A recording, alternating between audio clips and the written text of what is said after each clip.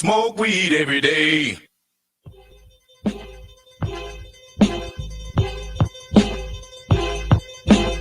Creep with me as I crawl through the hood. Paranormal. Paranormal. Paranormal. Paranormal. Paranormal. Paranormal. Paranormal. Paranormal.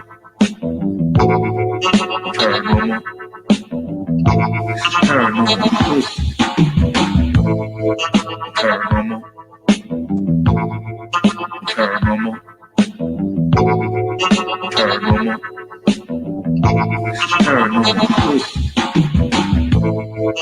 Paranormal. Paranormal. Paranormal. Paranormal. Smoke weed every day. Keeping it on lockdown. All world is in the building. Welcome to my hood. There ain't nothing normal. You can take a walk in my hood. Where everything paranormal. Everything paranormal. If you scared of dirty, we got something for you. Open up the door, you can be immortal. If you really trying to step into the buckle up, I'ma show you where it's at. We gon' burn a couple blunts, we gon' pop a couple caps. I ain't talking about 4-5s from the strap. Psilocybin driving, so we headed off the map. What you know about? Taste the color, seeing your sound with a crystalline. Turning nothing into something when we out the minds. Vandalize the lies with the truth. Ain't nobody wanna take shots at this proof. All we ever wanted was the answers. Looking for unique, but our vision keep us phantom. Phantom black man, ghost writing in a pentagram. I'm from the place where our thoughts meet the program. Not too many open to the power that they hold. Just know that when we shine, it's the reflection of your soul. Supreme beings moving, watch the galaxy implode. We are not alone. If you're not normal, welcome home. Yeah. Welcome to my hood. There ain't nothing normal. You can take a walk in my hood. Where everything paranormal. Everything paranormal. If you scared of dirty, we got something for you. Open up the door, you can be immortal. If you really trying to rise, step into the I gotta hold on to this feeling. I be seeing visions through the folds of the prism. Projecting all wishes, anything I want is given. Paranormal vision, you can call it supervision. Control the superstition, make them wonder how we do it. They seen us in the mud, now we out here making music with the paranormal movement that's stronger than what you deal with. If Jesus was just a fraud, then hallelujah for Judas. Caesar is not the mob, so it just had to be Brutus. They hate when we on our job, cause persecution is useless. Proof that what we doing is more than just making music. Utilizing the truth, drop it off in the hood, showing what's really good. The feeling is understood. We know just what it means to get it by all means. Supreme beings moving, watch reality explode. We are not alone. If you're not normal, welcome home. Yeah. Welcome to my hood. There ain't nothing normal. You can take a walk in my hood. Where everything paranormal. Everything paranormal. If you scared of dirty, we got something for you. Open up the door, you can be immortal. If you really trying to rise, step into the portal. It's my theme music. Every good hero should have some. 20,000 police in the whole town. Can you dig it? Can you dig it? Can you dig it?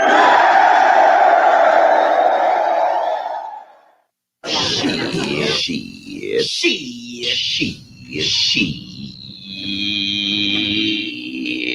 Smoke weed every day. All right. You're gonna learn today. And you know this, man. Hey, Robin. Bad cause your ass is old. Hold up. Wait.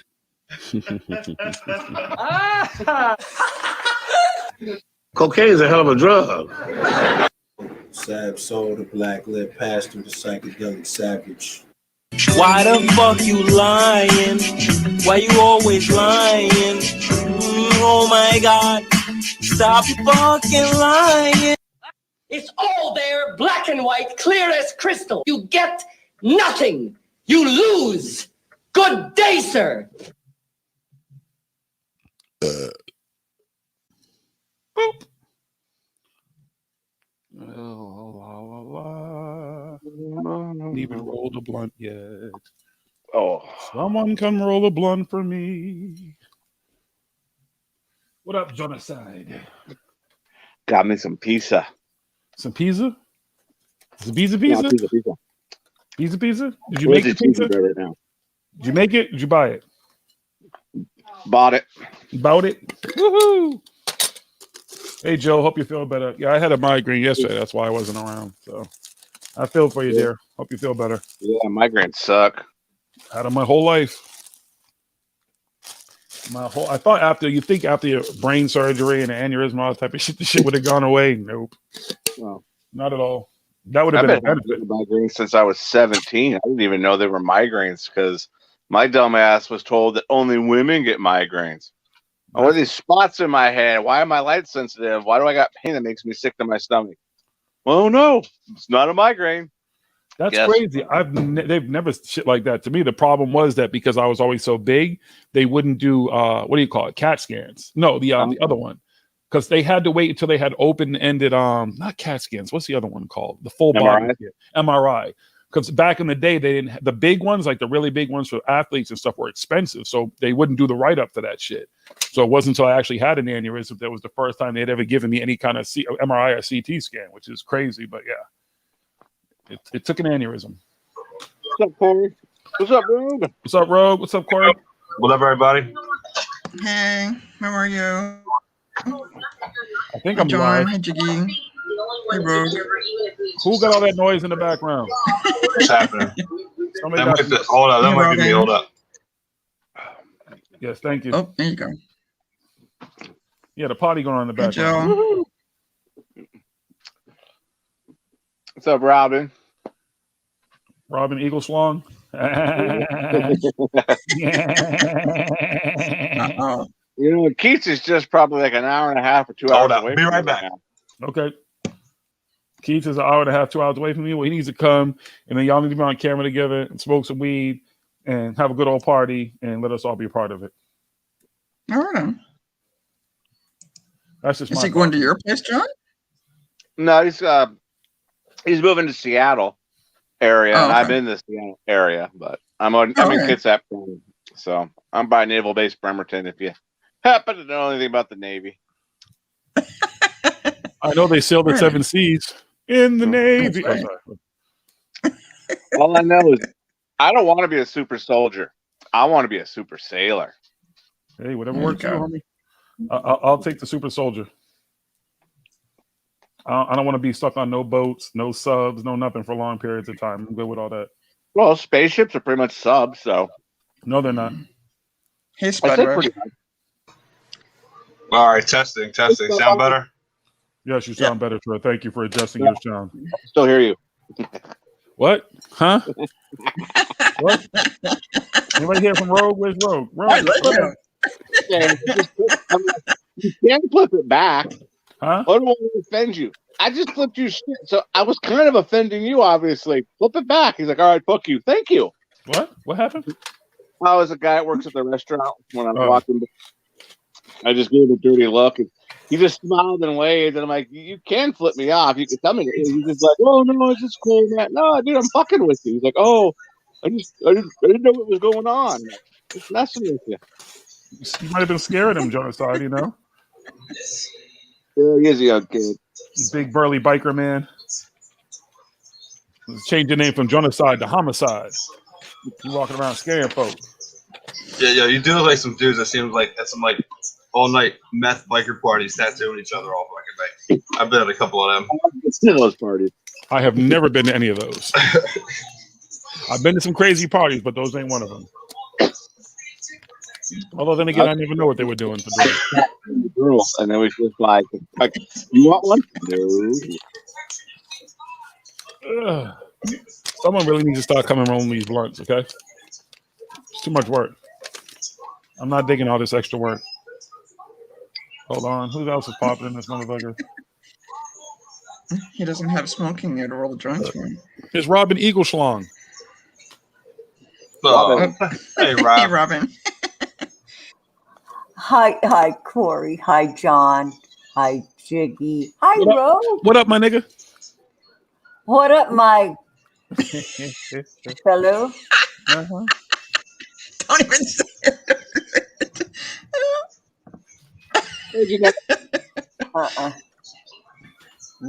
She already did. It's out there forever. Actually, she did it twice. She did it twice, actually. She said it twice because we were talking about it, and she said. And then I told That a was sweet funny. little story of my third grade experience. No. Blah, blah, blah, blah, blah. Any excuse to say it again. Oh, good God. Robin's just trying to get her ghetto pass. I understand, Robin. Jiggy. Yes, that's me. Okay, so I'm going to share something. Uh-oh. I'm going to. Uh-oh. No. Are you ready? Go ahead. Go for it. We're ready. There it is. Jiggy, you've got to click on it. Oh, I'm sorry. Hold on.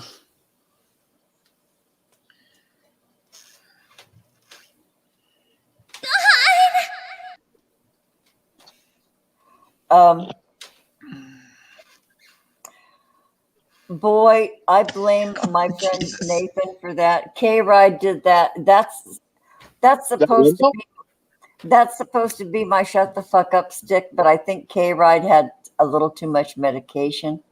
So I think that's window. That was whack. Fuck out of here with that whack shit. Okay, You gonna use a punk ass transformer for real? yeah, okay. K-Ride, if you're listening, if you're up from your nap, we have to come up with something better for a shut the fuck up stick. There's nothing better you can come up with. You ain't gonna get me to shut the fuck up. It don't work like that. Oh, I could at least make a better presentation. No, your presentation's still gonna be whack no matter how you do it, because I'm never gonna shut the fuck. It can't shut the fuck up, Robin. It's on the internet forever.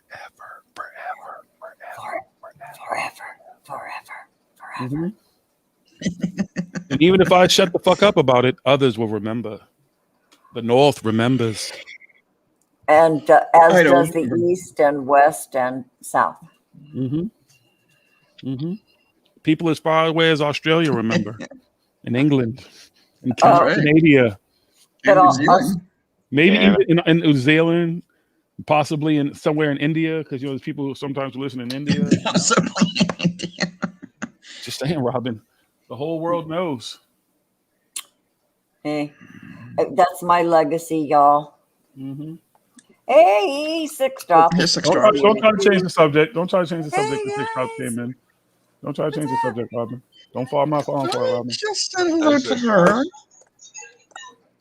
Robin always trying to change the subject. It's okay, Robin. I get it. You're embarrassed. Seriously, you guys should be married or something. Married? She couldn't handle me. I didn't think you could handle Robin. Yeah. You think I couldn't? That'd be easy. That's an easy task. Are you kidding me? I'd have Robin sprung. Hey, Rogue, have you seen the CPT video? Thank you, John. Come again, John. What was it? What did you see that CPT video? This CP what? C3PO?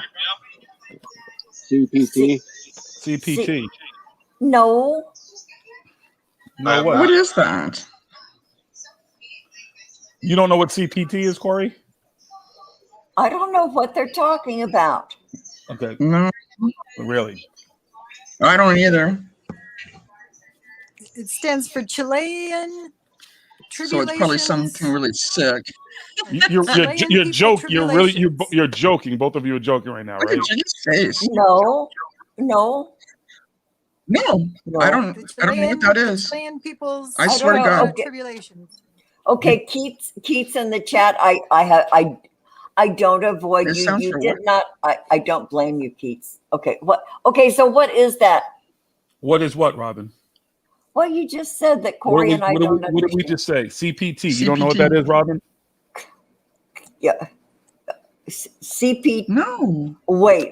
Okay. Is that the thing I looked up and embarrassed myself? Yes. Oh my fucking God.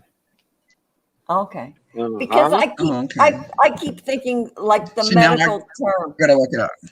See, no, I'm not looking that shit up anymore.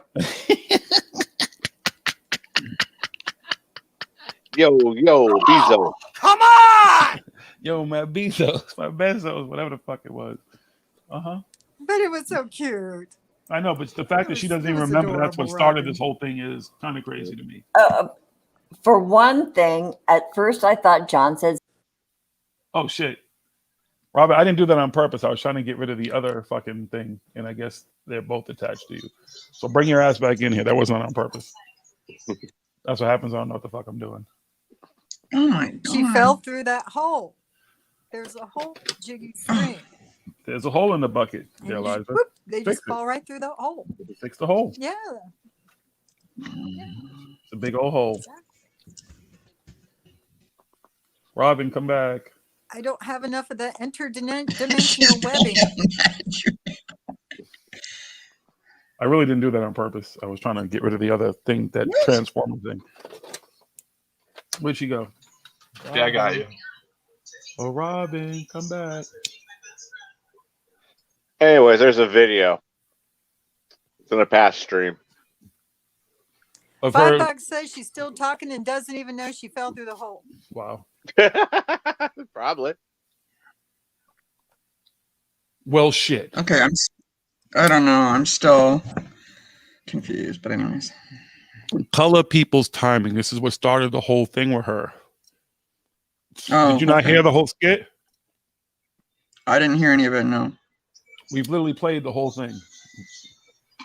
Sorry. It's in the skit. I didn't see it. Didn't see it. You didn't see the spooky cut. 97. I saw that.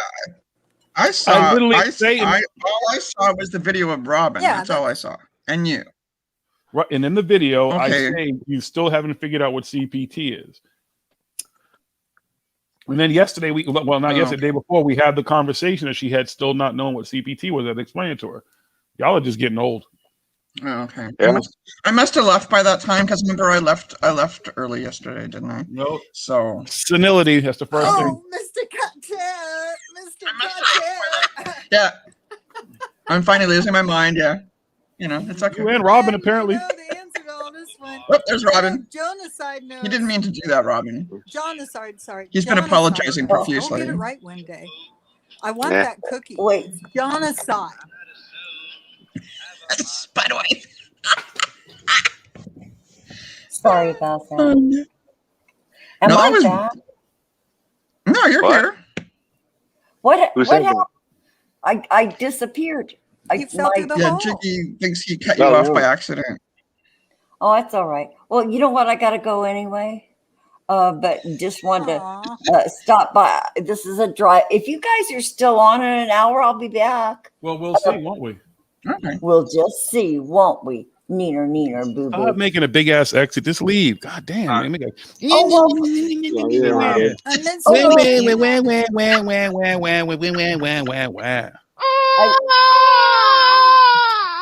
I love almost every damn one of you. Keyword almost. still miss her. Jiggy. We'll talk. Okay. See ya. Bye. I'm All right, my nigga. Holla. Love you. Almost. peace out. Goodbye. Almost everyone. Oh, you love the Jiggy. She doesn't love me. Oh no, I It's over. don't. No. I followed Jiggy's advice. What do you guys think? Ah? Remember what you said, Jiggy? No, I can't even see you. Hold on. Where the fuck is my phone? Oh, you said I should get a hoodie that was bright and day glow. There you I go. got a hoodie See? that was bright and day glow. Good just don't get a green screen. That You're was fucked your if you do. recommendation. Well, good job. See, I told I you. really, really, really like it. Anybody can get blacks and whites and blues and all those That's other good. colors. You want to I stand like out? the black, white, and blues. I do Nice too, but I'm pick. just saying. I'm a fan. I don't wear high vis unless I have to. Like sometimes they make me do it. I do. I'm black. I want to make sure people can see me. I was gonna You lie said and that. bullshit and say how Jiggy paid for it and bought it and sent it God. to me and stuff. People can No, because if I did, it would say Paranormal Hood on it. You're saying But then, someone would probably get mad. Their feelings hurt. okay. I don't know if anybody would get hurt, There but you go. I guess. Who's getting their feelings hurt here? Like, Robin. I've known Jiggy for all these years and she You know, if you got thin skin, this is not the place. I don't think. I'm just saying. Well, I agree. This is not the place for you. Take that shit over to someonewhocares.com. What? Yeah. You said thick skin. What? You calling me fat? Hey, the doctor told me I was big boned. Yeah. I'm calling you fat, John. Big so boned? Well, you're lucky I am fat, bro. Else I would be offended. But actually, you have good eyesight. You tell him, John. Yeah.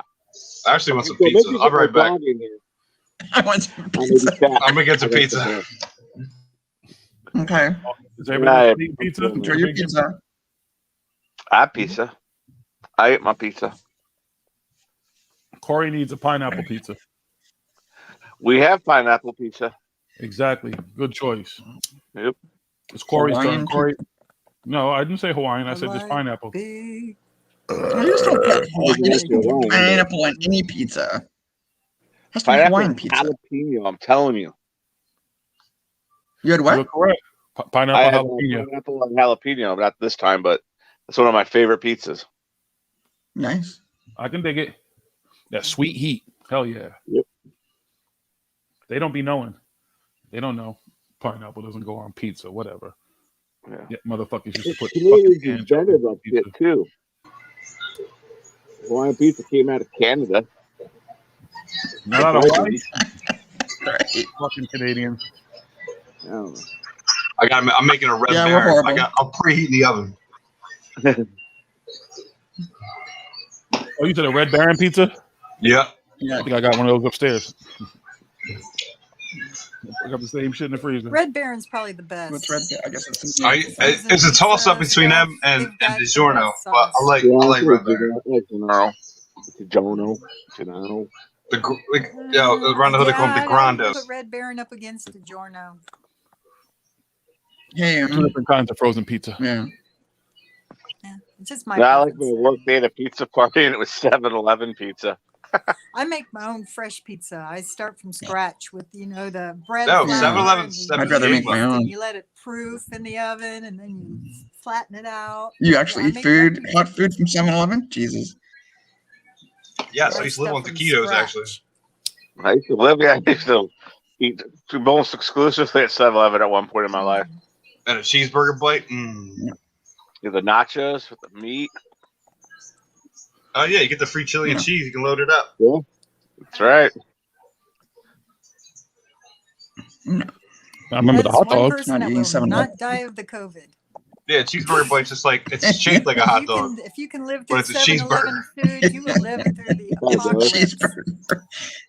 I like the Two burger.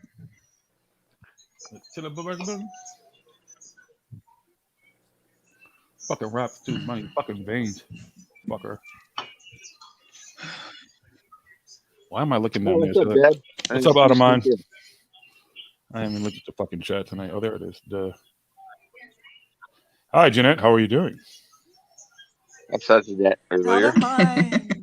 Pineapple with barbecue sauce. I've never had a pineapple with barbecue sauce pizza. Is that what you're saying? That might be interesting. That might be good. That might be good. I like the barbecue chicken pizzas. They've always been good. So yeah. Yeah, that could be all right. Especially the barbecue sauce, kind of sweet, little pineapple. Yeah. That'd be all right. That'd be all right. I agree. Might be all right. I can dig it.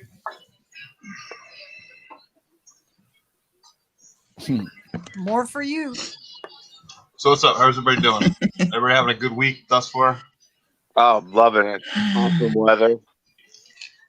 None of my fucking Seriously? migraine is gone. Yeah. Yeah. I'm all right.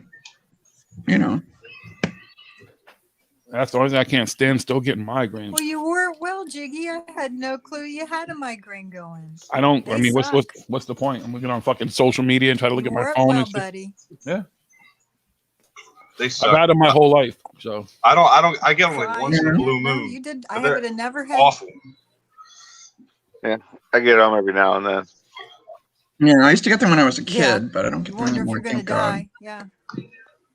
Well, some are really bad and some aren't that bad. I mean, it's just a weird thing. I've had them. I don't. You wonder. You Oh, wonder most if of you're the gonna time. die.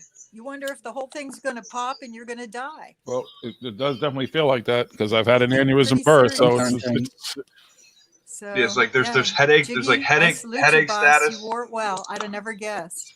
and then like when you can't be near any light or sound in a dark room. Yeah. Yeah, that sucks. The light sensitivity, then the nausea, Yeah, the lights and make you the sick. Yeah, sickness. when you're throwing up and you have a migraine, yeah, it's so much fun. Yeah. But I just take a bunch of CBD, smoke some weed, and cover my head face and go to sleep. I couldn't even go out of bed to smoke weed, to be honest with you. Like it's debilitating. You sometimes. can't eat. You can't Can't do sleep, nothing. You can't breathe. All you can do is get can't up and go see pee. straight. That's about it. Go to the bathroom. and Yeah, that's it. that's about it. I take a lot of hot showers because the heat, Yeah. and the steam actually help as No. well. If that, yeah. Because I don't just get migraines in my head; I get them from my neck all the way. It's almost like it's a dual accommodation and shit. Like my neck will be fucking throbbing at the same time. That sounds like a straight up stress migraine, dude. That's awful. I get Well, like one side. I did something to my spine years ago playing basketball. I forget what they called it. Like I did something to my spine, so it changed the way my headaches were. So my headaches used to just be in my head, but after I did What that, position you play? in basketball, well, it depends on what year. Cause like when I played in like junior high school, I was the center because I was the tallest person in school. But once I got to high school, it wasn't the same thing. Like, Yeehaw. I played center in high school. Yeah. Whenever you're fucking tall, you do anything that tall people are supposed to do. That's what any role in anything where there's a tall person, I had to play that role because I was literally the tallest person in school. Yeah. In junior high school. I can see you getting busy in the paint, cuz. That was my game. I mean, I had a pretty good outside shot. I mean, I wasn't great, but I was good enough. I wasn't going to get a college scholarship, no shit like that. I played mostly street ball. I mean, I played in school, but it wasn't the same. Street ball was where I really had a lot of fun. Yeah, I didn't like organized ball so much either. I went in and fouled out most of the time, honestly. Well, it's just because that's why I was on a team. Go in and foul people. Okay. Street ball is so much different. Like, you just get to play ball. Yeah. Like I never dunked, but I dunked in street ball. Like that was the only time I could ever dunk with street ball because you would just get lucky and just have that time. I mean, I think I dunked twice in my life. Yeah. I'm not the most vertical motherfucker. I couldn't dunk. My brother could dunk, not me. My little brother, my baby brother.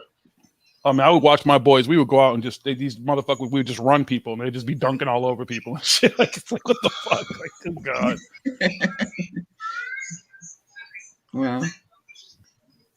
So either rebounding. If you can't dunk, you better get some rebounds. So I'll throw my weight around and shit. I will use my weight. I get boards. I get some boards. The good old days. I wish I could ball now. I can't. That's the one thing. If I could still do it, I would do it, but I can't. The one thing I can't. My vertical's like 2 inches, maybe something like that. It's not even that.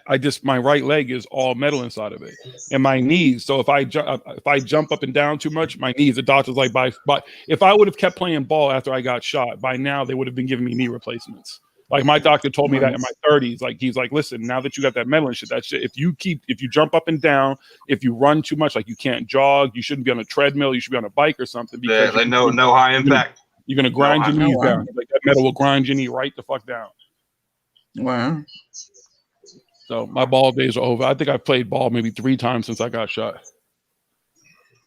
You'll crack up the rest of your bone. Is that what they told you? You'll crack up the rest of your bone? Well, it was more about grinding my bones down. Like so, because my right leg had so much injury, I compensated my left leg for so long that it's both of my knees would just be gone. They're like we would just be replacing your knees. So I don't want shade too. I mean, I don't know about you, but that was one of the things that kept my ass in shape. Exactly. I mean, I like running and shit. So go play ball. But I'd go play ball all day.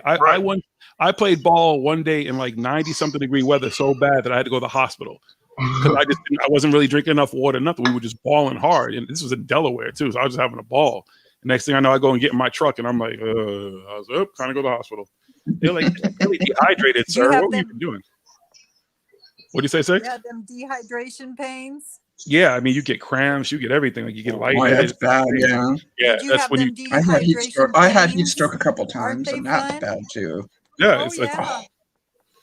Oh, Yep, I didn't even give a fuck about water back then either, because water, it wasn't like you carried water everywhere you went. Like now, everybody has thermoses and everything. Like you might carry a gallon of water if you brought it with you, but that was And if you were lucky, there might be a water fountain that works. It's not fucked up. If you're lucky. Exactly. If you're lucky. Well, where I grew up, they had one that worked. Like the park where I grew up had one, so that was always convenient. This is why when other places involved, you weren't going to be as lucky. That's what I say about like you don't see public bubblers anymore. Like they're not around. Like, they're hard pressed to find. The last time I actually drank water out of a bubbler was in the every time I go to a doctor's visit because they have a bubbler. As soon as I get the elevator, I'm getting some water. But that's about it. I don't see them in too many Yeah, places. we have one in my neighborhood just around the corner, but they've made it into a memorial for some guy so that they won't take it away. And there's one for the humans and one's for the dogs. That's really kind of cool. So if you press the bar or whatever to get water for you, there's a little one on the bottom for the dog. So yeah, that's cool. But that's the only one I've cool. seen in a long time. Yeah, that's the only one I've seen in a long time. So And like even with the whole COVID craziness, they were like caution taping them off and shit, so you couldn't even like get yeah, them. yeah, You know what I mean? yeah. But the homeless, they don't care, so they'll just drink from it. So that No. Shit, we all used to drink from hoses. We used to drink Hell yeah, water. that's a hose, that rubber Exactly. hose water, baby. That's good stuff. I Let it still run for a little drink while, water. get cold. Imagine you drink tap growing water. up if People someone don't told you, but imagine growing up if someone said to you one day they'll be selling water. Oh yeah, right. What do you mean? It comes really out of the sky, don't. right? Exactly. Like what you're selling water? What do you mean? Like selling water? Like bottled water? Like, what is that? I'm like, no way. I imagine my grandma. You know, Evian is naive backwards, right? Yep. Straight up. But it's pH balanced water. It's good for you. It's from a source in the Swiss Hey, Alps. Smoking. What up, Smoke? Yeah.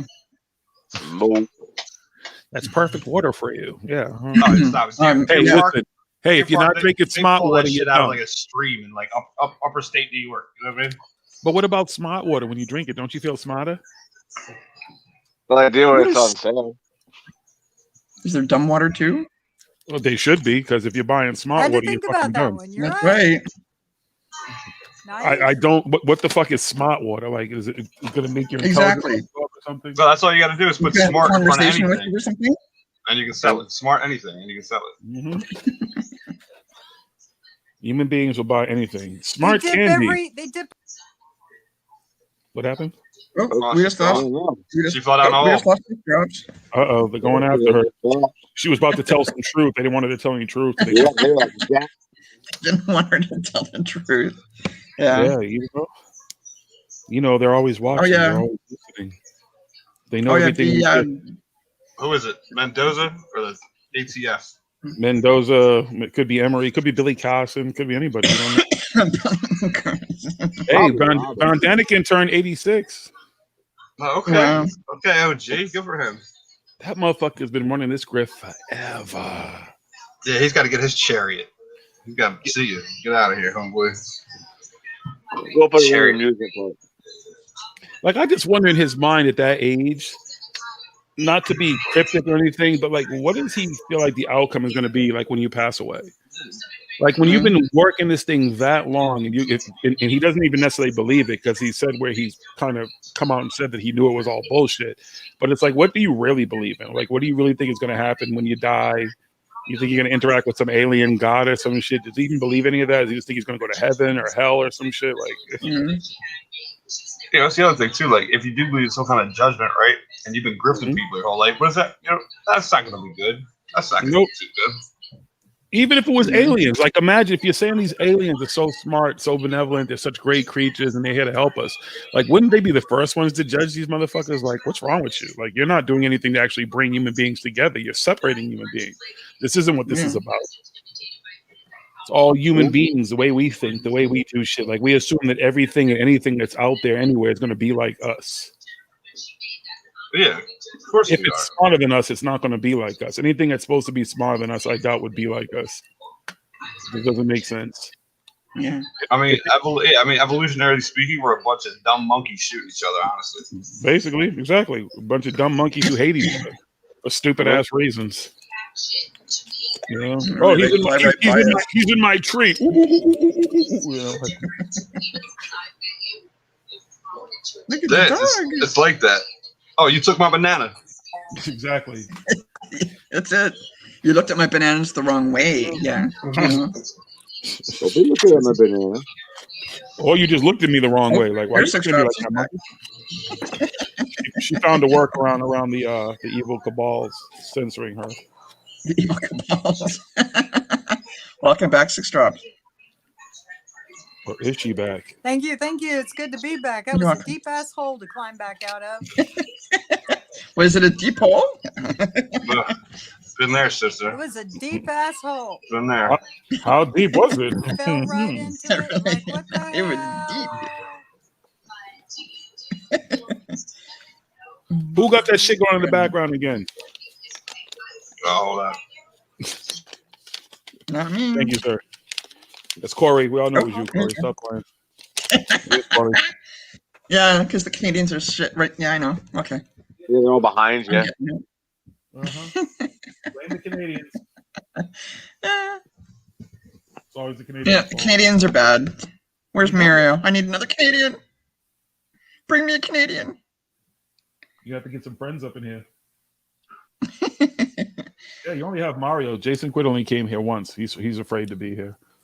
Oh yeah. Is it storming somewhere where maybe Nope. you're getting a little bit of feedback from storms? No? No. What are you talking about? I don't hear anything anymore. Yeah. Oh yeah, it's probably on my end. My bad, guys. No, I don't hear anything. Oh, a little bit. You don't hear that shit in the background. You're A bugging. tiny little bit now. I hear a woman's voice in the background talk about something. I think it's Yeah. like music. There it is. listening It's to- gone. He's listening to Yeah, this porn. mic is sensitive as hell. All right. I'll take it. I gotta pour a pizza in the oven. He's watching porn, y'all, in the background. I'm gonna pull you. I know porn. When I There you hear it. go. Now it's quiet again. He's like Debo. He come around, you be quiet. But when you leave, we talk again. None of y'all got that reference. Not even genocide. I didn't hear it. I can't. I said he's like Debo. When he come around, I be quiet. But when you No. leave, It's I talk me. again. It's right. Mm-hmm. Rest in peace. I know. Debo. What else is up? He's in the sky punking people right now. You think he might have punked God? Oh, I think he would try. I mentioned that I put a little thing on your paranormal Facebook page about the Boston Dynamic. Oh, the She robot? was putting the thing about the robot, and then in the comment section, I put the little thing about, I put "Speak of the Devil," and then I replied to myself, and I put that little YouTube video. It's still pretty new, of the little teenage boy who took a Boston Dynamic robot and made it pee beer. Why is a little boy making it? Listen. Well, you I'm know, just here for the maybe comment. college kid. I don't know. I'm at my age. He's still a little boy. Oh yeah, okay. When you say little boy, I thought it was like some little kid. Like, yeah, all right. No, he's probably a college kid. All right. Oh, okay. A young man. Let's not call him a kid. A young then. Let's say young man. I'm yeah. I mean that in the the most endearing way possible. But I don't mean to disrespect the fella Yeah. at all, Yeah, Shane. You don't mean to disrespect him, Shane. because he's clever enough to do that. He's Yeah. more smart than I am. But Definitely he smarter kind of than I. walks you through it and everything. Mhm. I guess. If You you think took about the someone time somewhere and is making Googled them. enough, you could do it. Well, they're making them security and shit. Like, that's kind of scary because, like, they're not going to have. You talk about human beings. You're worried about human beings. What do you think robots and computers and shit like that are going to do? If you don't, if they're not AI, After you see that YouTube, you'll even worry more, because the darn thing was slipping on its own beer pee and everything else, and missed the cup and all kinds of whatnot. So I think it'd be easy to kick that robot's ass, quite honestly. well, here's the thing: is the robot thinking on its own, or is a human being controlling it? It's like a drone. There's a human being on the other end of it. So if a human being is controlling it, that's one thing, but it's not, it's just a robot. It's not like it's artificial intelligence. It has no intelligence. So if you're letting that thing loose just with a basic programming of whatever, is it going to be violent? What is it going to do to subdue somebody? Or is it just something that records and is a deterrent or something? I don't know what the fucking thing's supposed to do. So it's sort of like a fancy record machine. You know how you put a needle on a record and it tells the needle tells the record how to do the vibrations to make the sound? Well, it's just like that. And instead of records, you got programming. So you have to tell it, okay, it's got to recognize this thing before it can do that thing. But what's that thing it's going to do? It's just like. But what's its response is what I'm saying. Exactly. Like, that's the problem. Like, they're going to tell you what the response is. And what if it misrecognizes because of nuance? You know what I'm saying? Right. It misjudges and something. The thing is, you can't even. And it's like going to start to have its own thoughts. You know, yeah. You can't respond to a 6'4", 300-pound person the same way you would respond to a 5'2", 97-pound person. You know what I mean? Things like that. So I'm just wondering what kind of program. Is it still human beings on the other end of it? Like, okay, do this, do that. And it's just simple shit. But what do I know?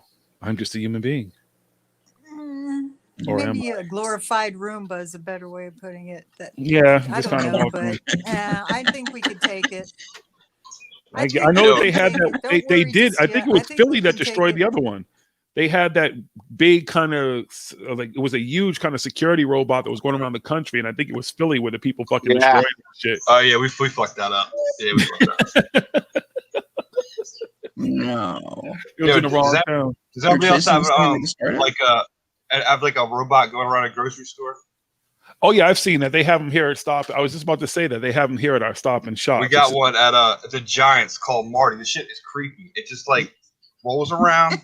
Yeah, I don't know what it does. It's just getting people used to have robots around, I guess. Yeah, it just kind of, it doesn't, it's a deterrent. Like, it's probably recording sounds. Well, I don't think anybody's on the other end of that watching you. That doesn't make sense when you have the cameras that they have in these grocery stores. So it's just a deterrent. It's probably just recording shit and everything. And then if you were to steal whatever, maybe look at it later to see if you're a habitual offender or some shit. And they just beep. Like, it doesn't really say, just beep, beep. Like, okay, could at least talk. It just walks around. Like, it's about to bump into you, like backs up. No, it doesn't walk around. It rolls around. Like, it's got a creepy little face on it and name tag and shit. I know. I took a picture of him one time. I just probably erased it. I'll take a picture of him again. No, Jonathan, if it spoke to you and said like hi or something, or excuse me or whatever, like, because I try to get by him sometimes, it just sits there. I'm like, can you get the fuck out of my way? So if it maybe interacted with you, it'd be, yeah, it's got like weird, like, it's just like eyes. Yeah, it's weird. It doesn't make sense. Wow, we don't have these things in Canada. Yeah.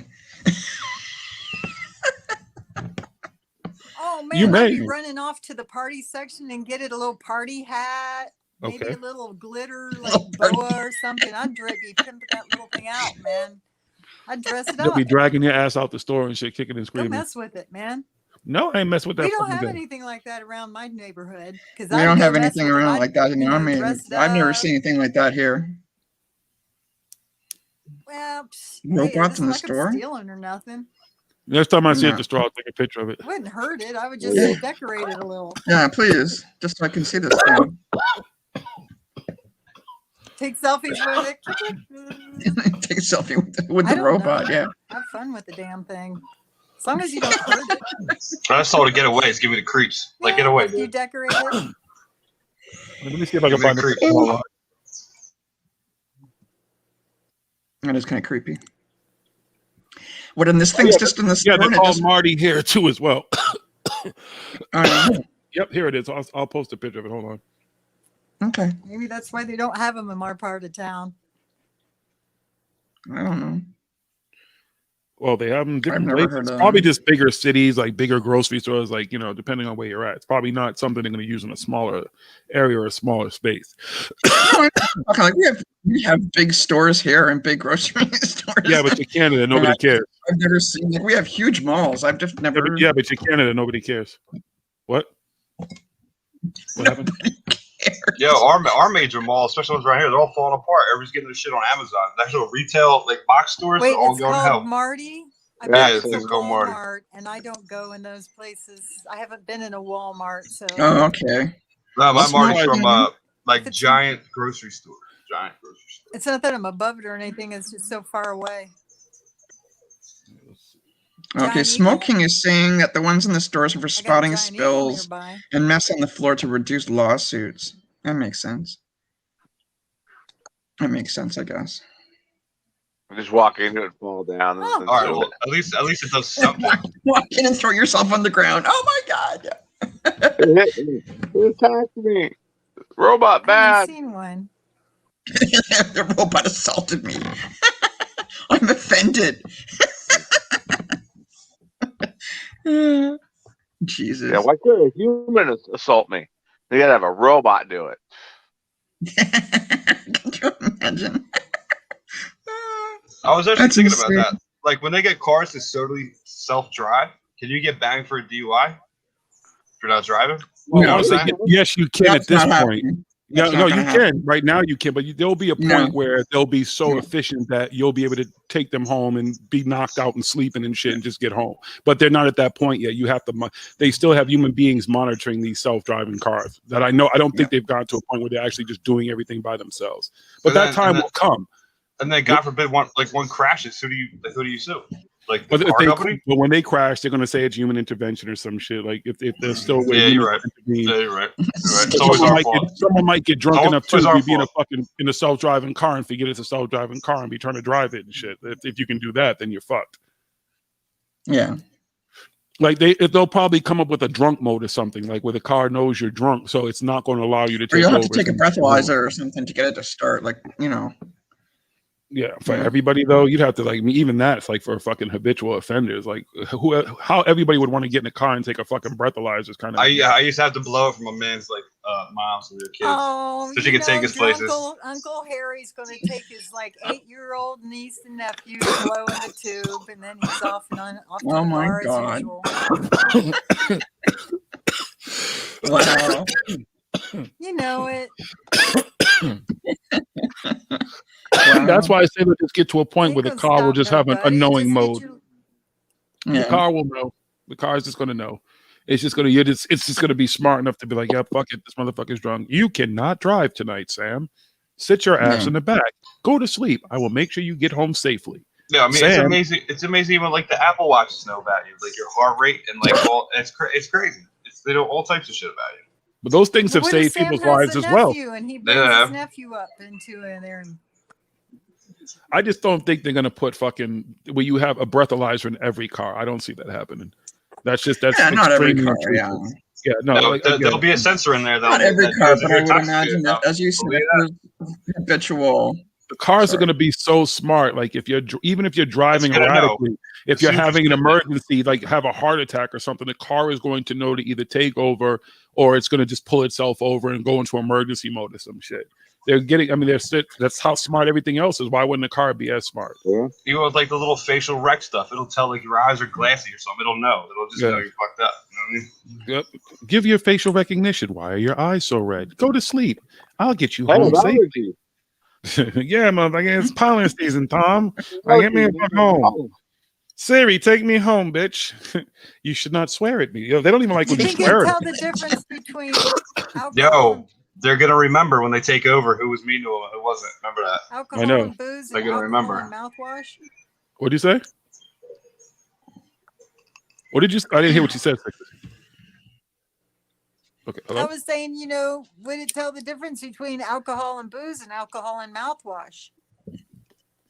Well, not even just that. Look at the guy. He was a fire eater. He had to went to jail, had to fight it and shit to prove that he actually wasn't drunk. He had just performed, and the shit that was in his mouth that they fucking got, whatever, was just from him doing fire eating. He wasn't actually drunk. He wasn't inebriated. They just smelled that on his breath. Oh, So it's not. I mean, like I said, it's going to wait to a point where it's smart enough just to know, like, yeah, no, you're not driving tonight, homeboy. That's denatured alcohol. I have a little bit of that around the corner. Are you a fire eater? No, but I dated one. Well, you dated one. What was that like? Did he ever give you the hot tamale? Nope. No. Okay, just making sure. don't even start. Don't He's like, no, start. no, baby, No. don't shave it tonight. I'll get rid of it. I wonder if that's in the Urban Dictionary, where a fire eater goes ahead and right there while he's Whoa, that'd be yodeling insane. in the valley, and gives her the position. Sets of a JJ on fire and shit. I told you the hot tamale. That's what we're gonna call it. We're gonna put that in the Urban Dictionary if it's not there. That's the hot tamale, okay? Yeah, I think we've invented an Urban Dictionary called the hot tamale, where a fire eater.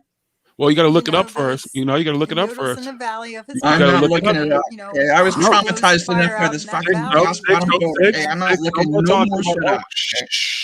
Everyone silencio. Oh, I don't have anything. Look it up, Sixes. You bought it up. You got to look it Jilly up. when we need it? No, you bought it up. You got to look it up. Jilly, Nope, Jilly, we're not we putting this need on Jill. you. Nope, you bought this up. You need I'll to have look to it up. do it later. I could like pop out and do it, and then pop back in. If that's what you need to do, because now we need to know. You know, put it out in I'm the not ether. looking. I'm not doing it. Do fire eaters eat pussy? Well, they're spitting fire. No, I imagine they. Because I damn sure know ain't no fire eater chick gonna give me no blowjob with some hot ass fucking fire coming out of her mouth. No, thank you. I'm good. Nope. I remember what it felt like when I was a teenager and we tried the hot sauce. Why would you do that? I talked about God, this before. That Oh. reminds me of an Oscar, something about a wiener roast. If you want a wiener How could roast, you fucking don't think have that to would be build good? a fire. I was young and All you stupid. need Like, is you did other something, an condiments. So she Oscar suggested Mayer. hot sauce and she liked hot sauce. I was like, whatever. I didn't think about that shit. Like, and I then, can't remember the whole song, but and there was also the time when I had what's that shit that they use for pain, but it has like chili peppers in it. I forget what the fuck, capsaicin or some shit. And I had it on my leg, and I must have rubbed my leg and then scratched my balls in the middle of the night and woke up and my balls burning and shit. It's got like some icy hot or some shit like that. No, it's like capsaicin or something. Icy It's hot something, or something? it's something you use Absorbing for Junior pain, but it definitely has like hot red peppers in it and shit. That's part of the pain process. It helps to alleviate the pain. that's And that shit did not that's the feel stuff in cayenne pepper. Yeah, but they Yeah. put it in a certain. I thought it was That's the They capsaicin. stuff put it in a Cayenne. pain medication. Yeah, it's like a pain rub. It's like a cream. You just rub it on parts of your body that are aching. That shit wasn't fun. Maybe a fucking alien gave me a I thought STD the other night. Alien bitch came and You ever fucking. heard if you had a sore throat, you take Bitch can't do nasty shit to me. Oh no. Oh, Alien bitch gave me an Poor STD in the Jiggy. middle of the night. Poor Jiggy. I had to go to another universe to get the fucking Really cream happens for to that. Shit happens, man. I don't know. Nobody else ever tried hot sauce? During time? Nobody? Okay. I guess I was more adventurous than the rest of you motherfuckers. Yeah. I went the opposite route. Ice cubes. Ice cubes is alright. Yeah, ice cubes. Chocolate. Ice cubes is alright. Cool Whip, With cream. whipped cream, chocolate sauce, strawberry sauce, pineapple sauce, ice cream. Oh, hold on. I'm sorry. What? Hey, listen. Those were the days. You know, Yeah, they do say milk. Milk. alleviates the capsains. Oh, milk. Or Oh, whatever the yeah. hell they are. Yeah, milk. It's supposed Milk to do does that. the body good. Almond milk. Breast That milk. makes sense. Because when you got a mouthful of hot sauce, drink some milk. Helps neutralize that shit. Yeah. I can dig it. Well, that's what they usually give you. Like when I used to go to, they used to have this place. Is it Wing It? And they used to have Wing It Wednesdays. And you'd go there, and for a few hours, what they would do is start with like these kind of hot wings, and then they'd work up to the hottest wings they could have, and see who could handle it. And most people who were in there who would take the challenge would be in there with gallons of milk and all kinds of shit, sour cream and cottage cheese, whatever shit to help alleviate. They all just had a bunch of dairy shit to help alleviate the hot to see who could last the longest. I didn't last very long. I wasn't there for all that shit. I just wanted some wings because there was a lot of wings for a little bit. I like hot wings, but just regular hot. No, I don't like hot I stuff. had those type of wings No. once, and I can only eat like 2 of them. That shit was just.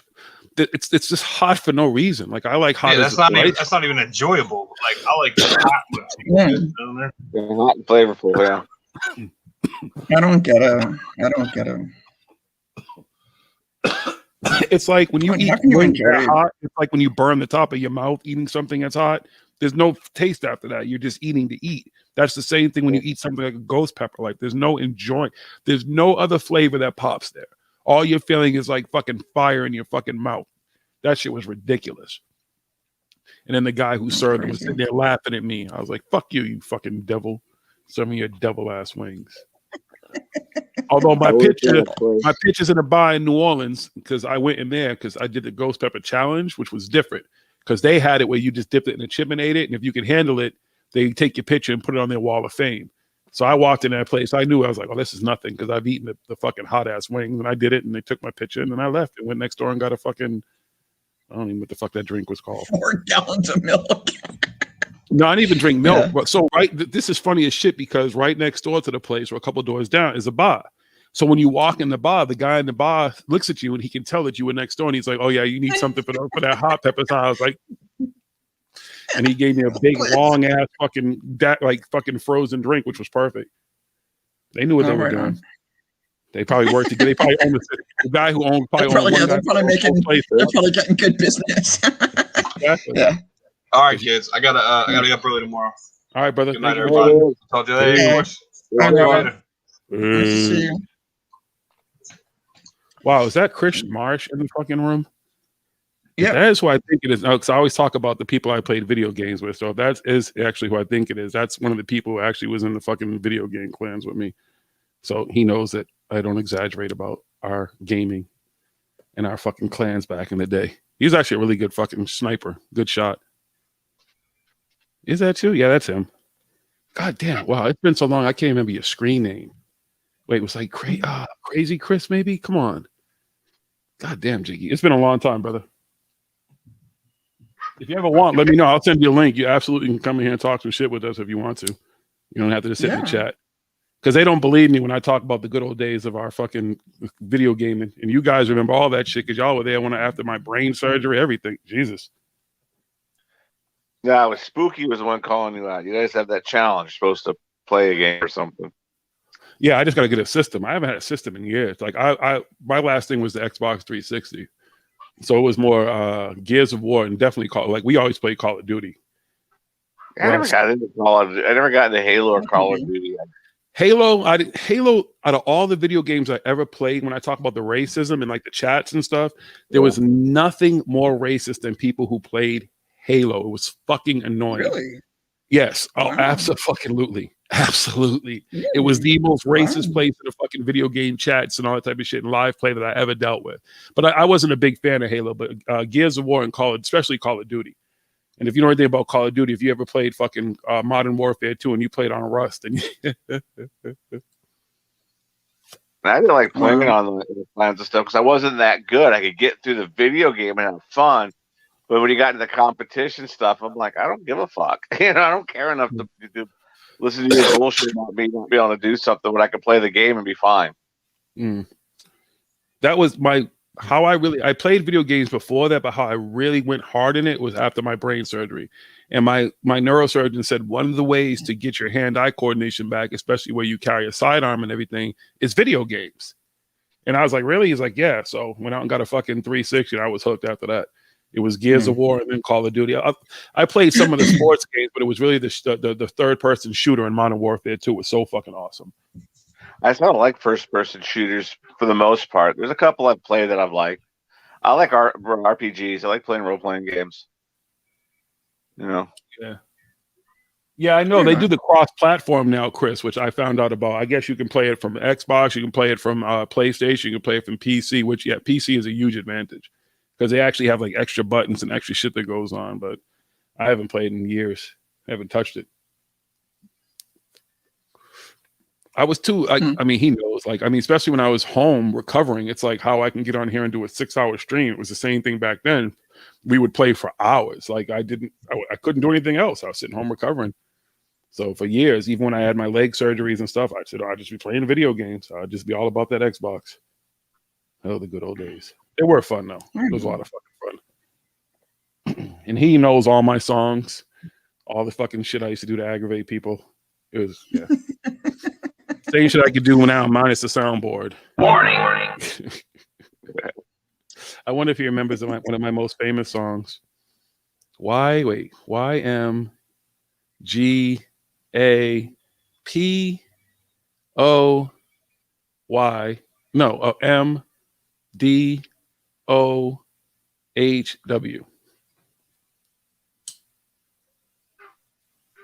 Actually, all those letters are a word to one of the most famous songs I ever sang on the video games.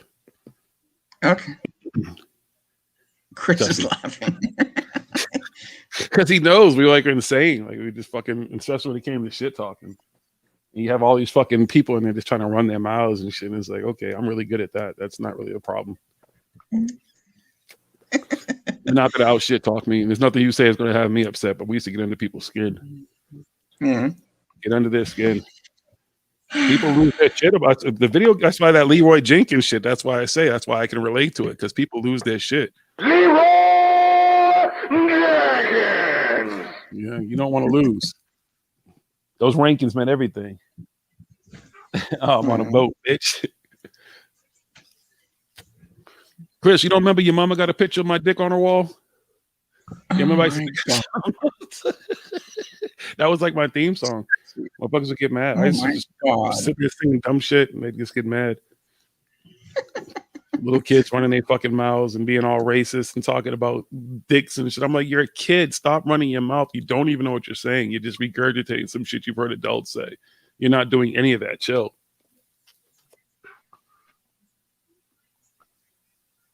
Wow. Oh, yeah. Winning, you just torture people.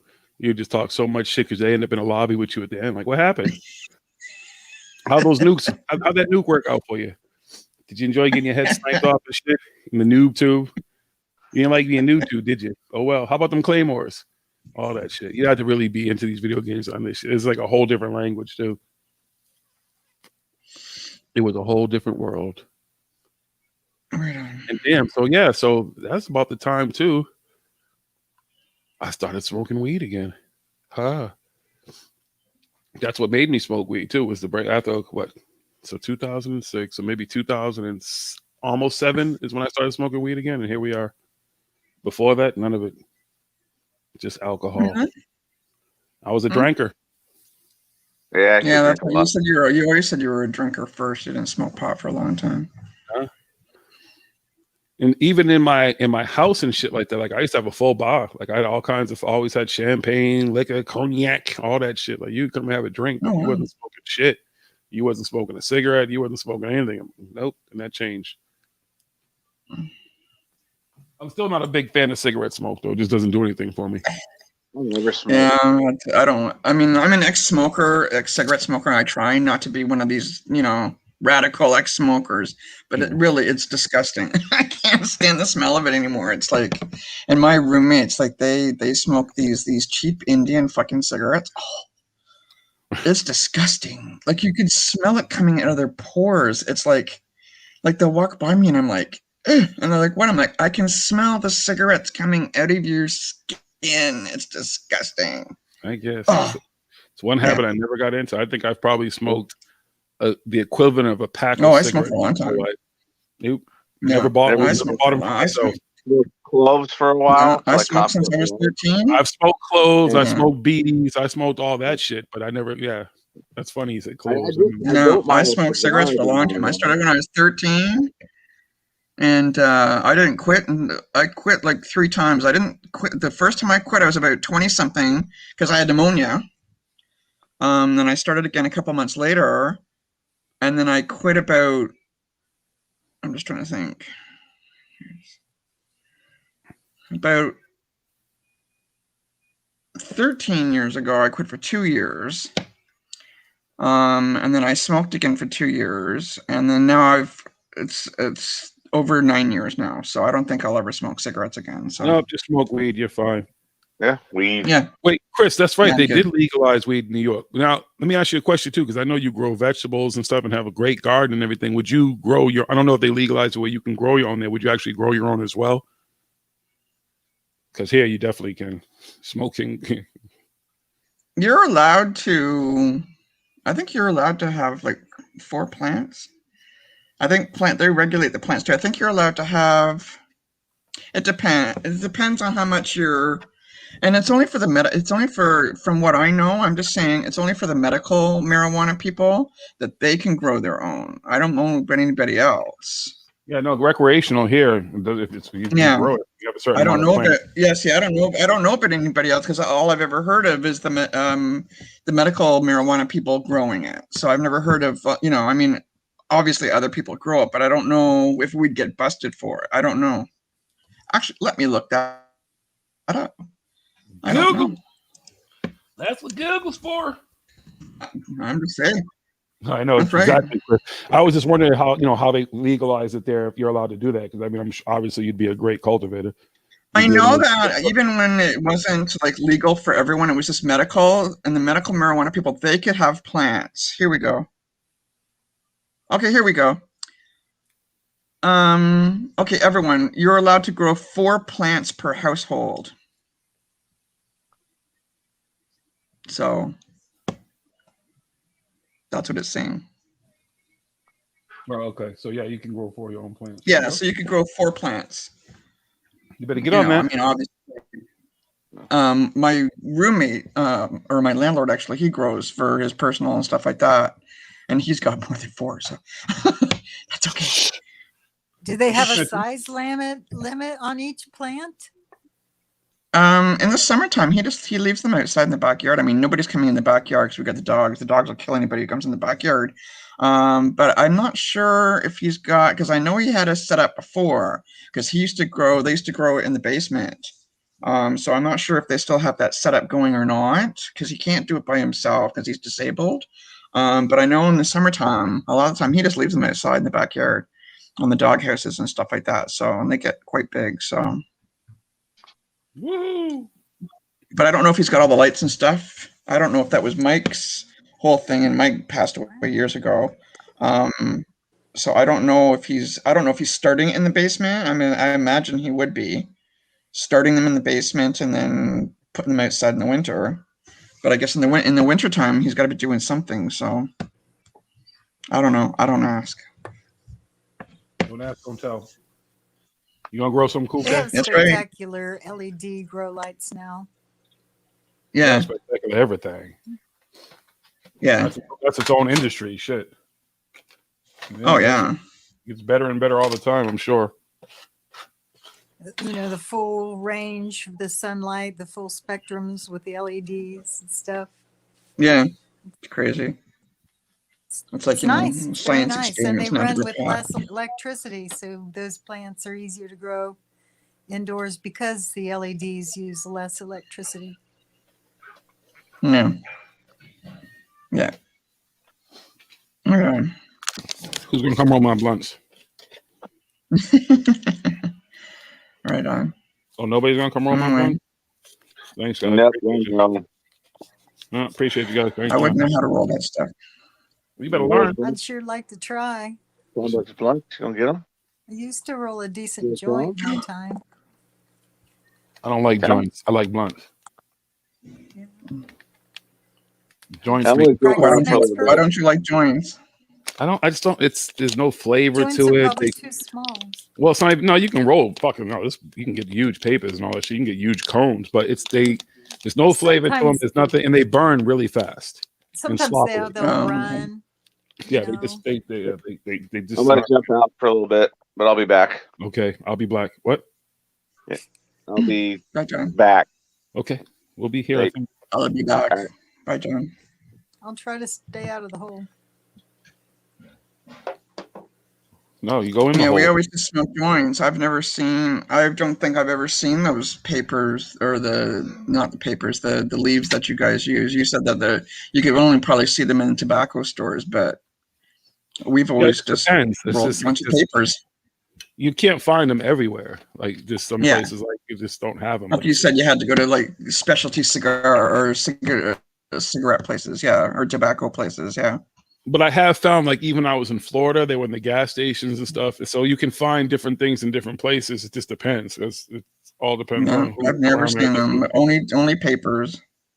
I've never seen them. Well, you probably never looked for them either. I bet you there's got to be somebody somewhere. Well, no, on not campus. necessarily too, because I mean, you would figure because they have great big displays of all the different papers and the different this and the different that. You figure they would have it there, but it's not. Trust me, I've never seen it. As I said, unless I maybe go into a tobacco In shop Ohio, that I've seen the cigar wraps, just plain old cigar wraps. Yeah, you're which talking is like made out of the tobacco leaf, but not as exotic as them big old ones that I was seeing. Jiggy trim around the veins. Yeah. I bet you they may have them now. A lot of times they don't keep them out. They don't even keep them on display in some places, but they'll have them. But I would. If you want to try them, just find a good smoke shop. I'm sure they probably have them. Right I found them in Cali. I found them in Florida. So I know they have them. Did I find them in Louisiana? Yeah, did we have them in Louisiana too? Maybe it's a USA thing too, because I don't know anybody who smokes blunts in anybody. I'm pretty sure with the culture, the way that the culture in Canada has emulated the culture here, especially the hip hop culture and stuff, I guarantee. Oh, okay, maybe the hip hop. I don't know these people. I'm just saying all the people I know, and we're a lot of there's a lot of us that smoke dope. I don't out of all those people. Dope. I can guarantee that heroin is dope. Weed is not dope. Heroin is dope. Don't call it dope. Dope makes it sound like it's something that it's not. Dope is heroin. Dope is some other shit. Weed is from the earth. God put this here for you and me, Craig.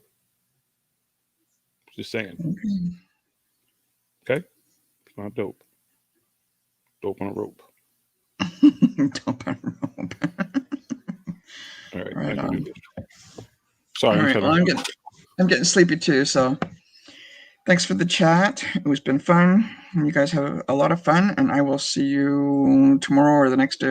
I'll see you tomorrow for sure on Paranormal Hood. So, all Sweet right. dreams. I'm gonna come to you back. Make sure you wear a backpack to bed, okay? I'll try and do that. Yes. All right, I'll come fill it up for you, okay? All right. Thank you. I'll anoint you with the tea. Okay. I look forward to it.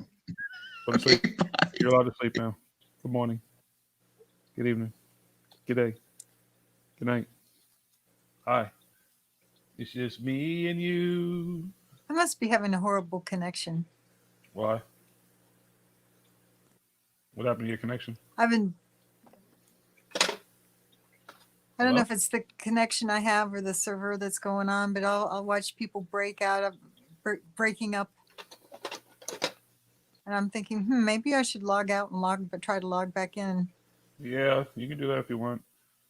I'll just sit here and smoke blunts. Everybody can watch me smoke blunts. Woohoo! Won't that be entertaining? Oh, yeah, well, I'm going to try to do that and see if that fixes stuff because I'm watching you guys just break up. She's breaking up, Captain. Let me try that real quick. Let me try to straighten some crap out on my end and see if I can at least see you a little bit better, a little more smoothly like the man you are. Okay. Give me just a sec. You got it. Good to see you, Chris. Have a good night, brother. It's just me and you. Oh, you purrs. You just want to sit here and watch me lick blunts. I'm all alone, all by myself. There's no one here beside me.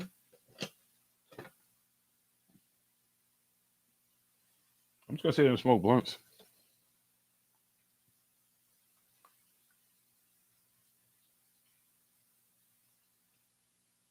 No one wants to join? Come hang out? Nobody? That's how y'all feel?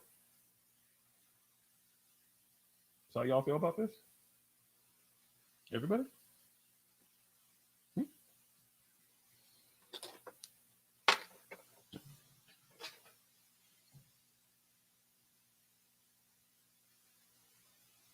I'll just sit here and smoke blunts.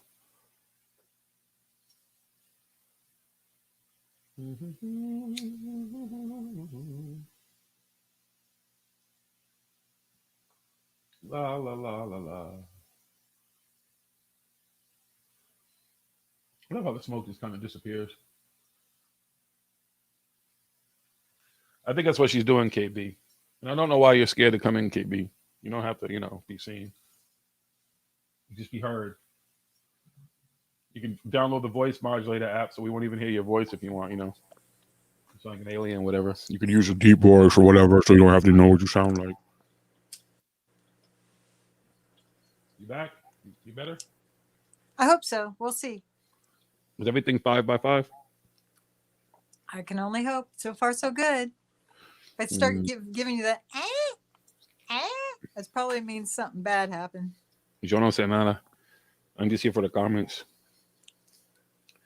You know what I'm saying? I'm just here for the comments, my friend. But that is much better. It's much better. Much better. That's funny too. We were talking about all those comedy albums the other day that we listened to growing up, and I forgot all about Dolomite. Dolomite. Yes. Why is that ringing a bell? Oh man, Dolomite was the like kind of pimpish.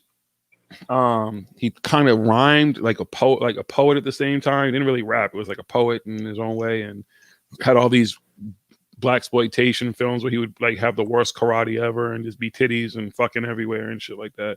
Eddie Murphy recently did a movie called Dolomite. It's on Netflix. It should still be there. If you have Netflix, you should watch it. Maybe you might remember who Dolomite was. Way down in the jungle's deep, the sanctified monkey, or is it signified monkey, step on the lion's feet. But I remember listening to that shit growing up as well. I forgot all about Dolomite. Another impactful comedian, but just wasn't one of those comedians that crossed over enough mainstream that people appreciate him. I guess I'm more of a Dr. Demento kind of kid myself. Remember Dr. Demento? Maybe, maybe not. The name sounds familiar. Femento. Dr. Demento. He was always typing like Weird Al Yankovic, Existential Blues, Kippo Dada, whatever. Maybe not. Dada. Maybe I'm thinking about a super villain named Dr. Demento. Well, this was like a little radio show, maybe like a couple hours on the radio. You would hear it. Oh yeah. See, growing up for me, radio was different. By the time radio kind of got to where it was influencing my life, it was more music based. It wasn't really. I didn't listen to anything else on the radio really, but music. So it was all the local DJs and VJs, whatever you want to call them and stuff. But yeah, other than that, that was it for me. But yeah, I actually listened to 8 tracks when I was younger. Oh, I mean, I remember 8 tracks. We definitely had 8 tracks. But I mean, as far as listening to the radio, like I wouldn't turn the dial to sports radio. That's probably even till recently that I started listening to sports radio at all. But I wouldn't listen to the radio for the news. Coast to Coast AM is probably the most recent thing that I listened to on the local radio that was anything but music. But that's what the radio. Casey Kasem, Coast to Coast. No, Coast to Coast AM is George Norrie. That's all paranormal based. Most people who, when they first get introduced to this, for a lot of people, it's actually through Coast to Coast AM because it goes back to the first guy who did it, Art Bell, who was a great host. Like he just was kind of like, yeah, but he would question things. He wasn't just a go along, get along kind of guy. He really seemed like he wanted answers and was hard pressed to find them. But after he kind of retired and then eventually he died recently in the past few years, it just changed. It just became what we all talk about. The paranormal is just a bunch of circle jerk of people just having all these incredible stories. It's been the same guests all these years and stuff. There's very few new talent. And even the new talent is just another circle jerk of psychics. And it became very political as well, very right wing, all kinds of stuff. Like it just changed. And it's just it wasn't fun anymore. I have the radio. I was such a listener. They used to advertise these Sea Crane radios, and I actually have one. That's how I listen to it. So even if I turned it on, tonight at 1:00 in the morning, every now and then I'll turn it on to see what's on there, but I don't listen long because it's always the same shit. Like they just haven't grown. They haven't adapted. They're definitely not looking for the truth. I don't think they care about the truth. I think they just want to be entertaining for whatever they think entertainment is, but it's an antiquated radio at this point. I used to think it'd be lovely to have someone like I would love to have been on Coast to Coast, not as a guest, but as like one of the fucking hosts, like someone who's different. Like they have bumper music. They don't play any kind of hip hop. They don't really play any good R&B. It's just all this random music that they choose and stuff. They just don't cater to a wide audience at all. And I think the most, as far as their talent, Jimmy Church was probably the most up-to-date one. And art, what's his name? John B. Wells, I used to like too, but then he kind of got really political too. So it's just hard to kind of keep up with him. I just don't like the politics mixed with this stuff. I kind of get it. It's always kind of who he's been. He's even been on our radio show before. But it's been a problem that they mix so much of it in with like the paranormal. And it's basically they try to cop it off as, oh, you know, they're all doing this to hide this. They're doing this for this and that. But it's just a bunch of bullshit. Like that has nothing to do with that stupid politics they try to bring into it. But just my opinion. I like my aliens just aliens. I don't think aliens traverse the universe or galaxies, whatever the fuck, to come here to fucking play politics with us. Like that, I don't know. These supposed intelligent creatures just come here to just be stupid like us. Is it just the whole theme that everywhere, no matter where they are out there, they're all stupid and they're all just like us, like they all think the same way? Corporations, they run it. What the fuck was the name of that movie? It was the Wachowski sisters that did The Matrix. They had this movie. Was it Jupiter Ascending or some shit? What the fuck was it called? But that was the whole premise, is that the galaxy and the universe is run like a corporation. Oh, I've seen Jupiter Ascending before. It was pretty out there. Yeah, it's like, I think it's, what's her name? Ashton Kutcher's wife. I forget her name. Mila, is it? No. Mila Kunis, maybe. It's a little Latina girl. No, I don't think she's Latina. She's Greek. It's Mila Kunis. I couldn't tell you. It's Ashton Kutcher's wife. She's in it, and Channing Tatum is the hero. I remember the movie well. I've seen it a few times because I've tried to get a better understanding of it. But that basically the galaxy is run by royalty, and they run it like a corporation. Each planet, it's the same shit that we do here.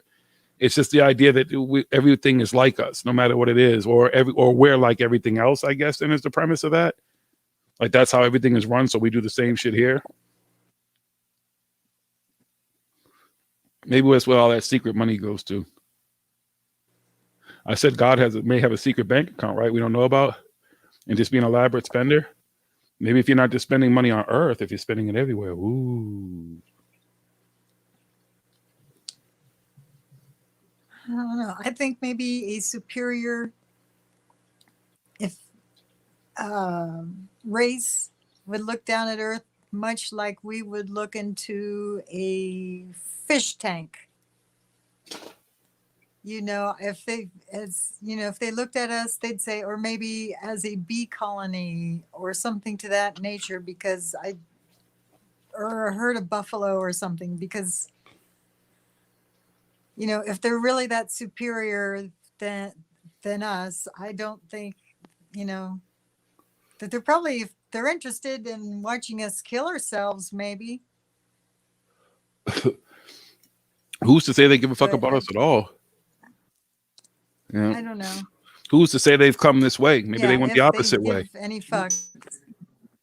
You know, it's ideal way of thinking, but if again, they gave there's any no fucks, proof. They'd be There's no proof that aliens have ever been here. There's just none. There's absolutely none that we've ever seen that we know of. And they can say the government's hiding it, the Vatican's hiding it, everybody's fucking hiding it. But if they're all, they just can't keep secrets. They're not good at keeping secrets. Everything tends to come out. And none of this shit is really coming out, not from them. And the stuff that they put out, they've debunked already. The stuff that the military puts out, they've already debunked it. The military is putting out information about UFOs and things that they couldn't track at the time or whatever. They didn't know what it is. They're putting it out because they've already figured out what it is, or they've debunked it. But at that point, they know what it is. If they don't know what something is, you think they're going to all of a sudden just put that shit out so everybody else can question it until they know what it is? Does it work? I mean, you've been in the military, so maybe I'm wrong. But do you see the military? Okay. I don't know if you saw the videos, the Tic Tac, you know, UFO and all this type of stuff. And they have Commander Fravor, I think his name is. But there's this stuff that the government actually put out that are them tracking these things. They don't know what they are. And I just feel like a lot of that stuff, first of all, is old. Unless you're getting it like today, like all of a sudden the government said, listen, this just happened today. We don't know what the fuck this is. But they're sending stuff that could be a couple of years ago, 10 years ago, 15 years ago. I just feel like if they're putting it out to the public at that point, they have identified what it is, whether it's enemy, whether it's theirs and they're testing their pilots or something, or just drones, someone testing drones, whatever. They've figured out at this point what it is before they've released it. Yeah, what you're seeing was pretty old. What you've probably seen is really, really old. But you got to consider this. Even we as humans, we can buy things that are like birdhouses. You can put birdhouses against your window and the birds will go there because you've got a reflection little mirror thing. So when they get in the birdhouse, they don't see you looking in at it. It sees a mirror reflection. Even, I mean, if they're that superior, they're not going to be seen because of cloaking, sort of. Do you understand what I mean? But I don't think that If every they're alien would have superior, if they want to be seen, they're going to be seen genuinely. That's what I mean. Like, wouldn't they just make it obvious so everybody would see them? Why not just show up like they do in the movies and be like, boom, we're here. We don't have to go over any fucking White House, any fucking government, anything. We disappear so everyone can know we're here. That's not drive-bys and flybys. Yeah, it's messy, but that just seems like we would do. That's what we do. When we've taken over places and shit, we've shown up. We show up with force.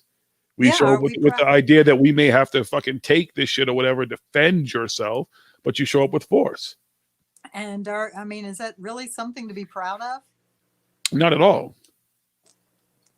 Not at all. But if they think like we think, that's how they.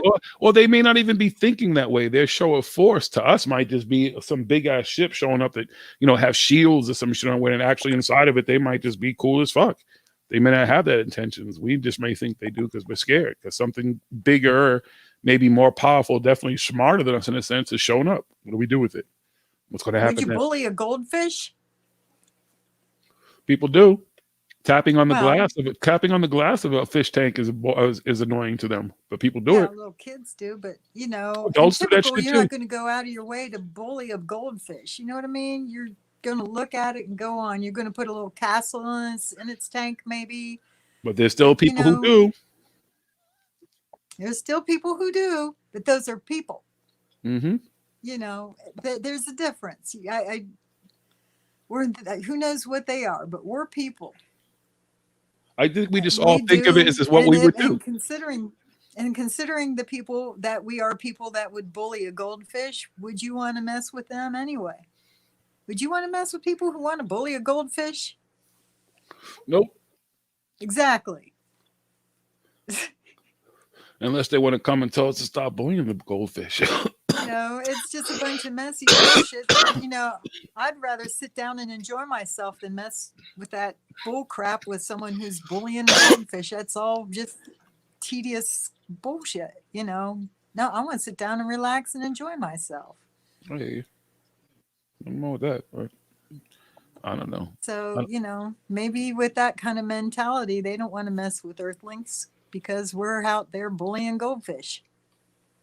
Or they just don't care. Or they just don't care. They're like whatever, like they're primitive.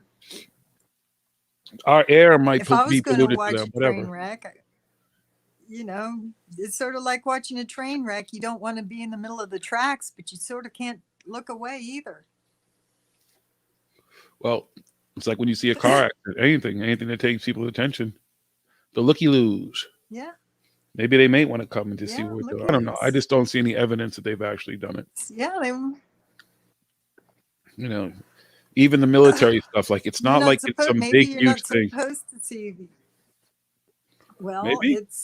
I think it's easier than that. I think they might be able to just stay hid better than you think. Yeah.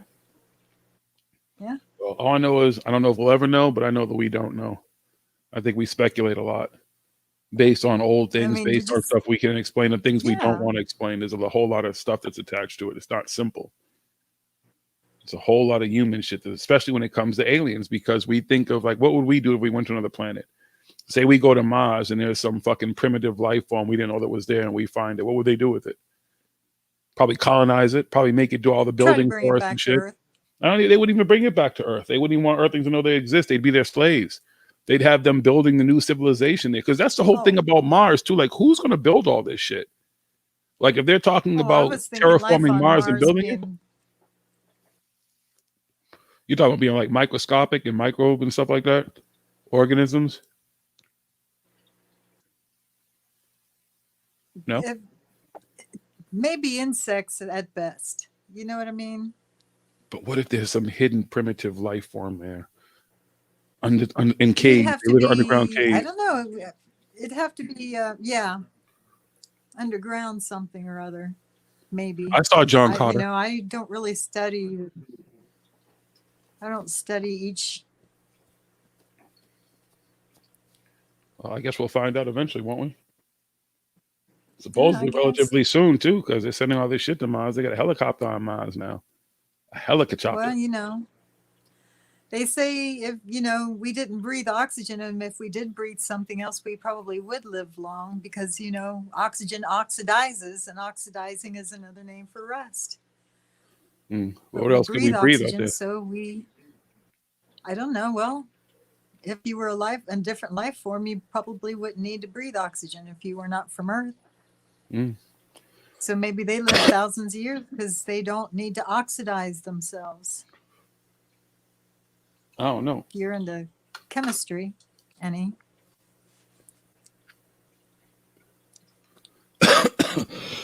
Each thing just throwing out weird theories. They still haven't showed up to tell us tell anything.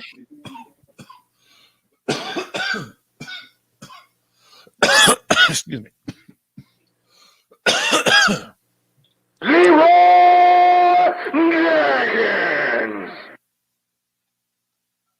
That's right. These fucking looky-loos who are just probably I don't know like what I Joe would sleeping. tell Earth. What would you say to an alien if an alien showed up and you were the representative of Earth? Oh, I wouldn't represent Earth, but I'd definitely see if they were willing to go on take me on a road trip. I'd sure like to see, you know, other stuff. You know, I'd honestly like to go for a little ride and see what's out there. But as a representative, no, I ain't the one.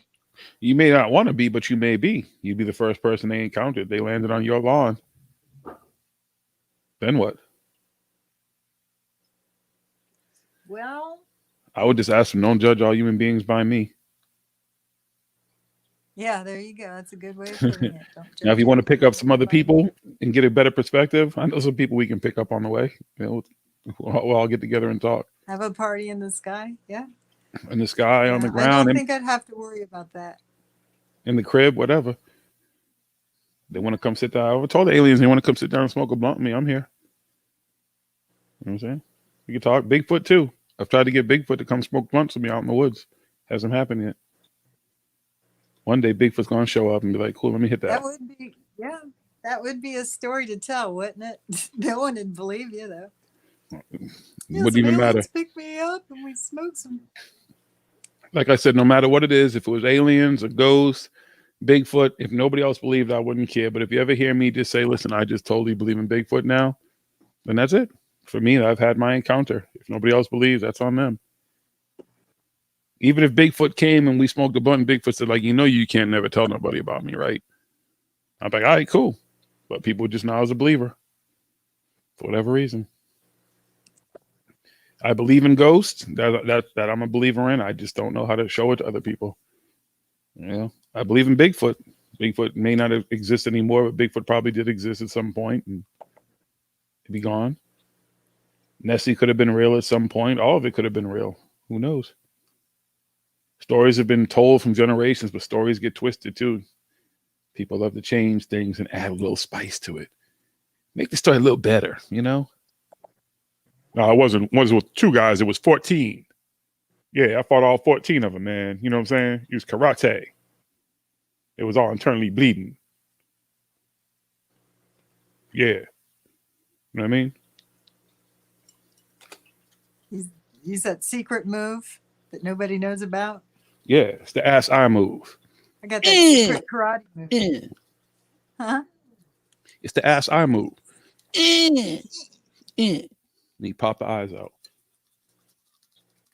You know about that one, did you? Oh. Yeah, there's the death stare too. I would show you the death stare, but I can't because, you know what I mean? It's the dumbest thing. Whenever you tell somebody, I know the death stare, they say, well, show me. Yeah. Right. They're like, show me. I'm like, oh, come on, really? Like, no. Duh. If I showed you, I'd die. people just thank you. I'm glad somebody gets it. So many people have asked it. Just show it to me right now. I'm like, I can't do that. You don't want me to do that. You think you do, but you didn't think about what you just asked me.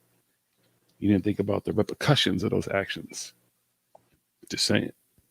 Folks don't think sometimes before they speak. Just happens that way. Who's just lurking around in the background? The lurkers. That's a good thing. I don't have that power of the actual death stare. Yeah, you don't want that responsibility. Think how many times you would actually misjudge, and then as you give How the much death is this stare really the because you're death just stare? pissed off, and you find out they're a really good person later. Well, you will never find out. Well, maybe that's like the after effect of it. I don't know. Possibly. Hold on. Sorry. Got a little distracted for a second. Can you roll my next one, please? I wish I could, buddy. You don't sound real enthusiastic Could about you? it, You're though. gonna have to.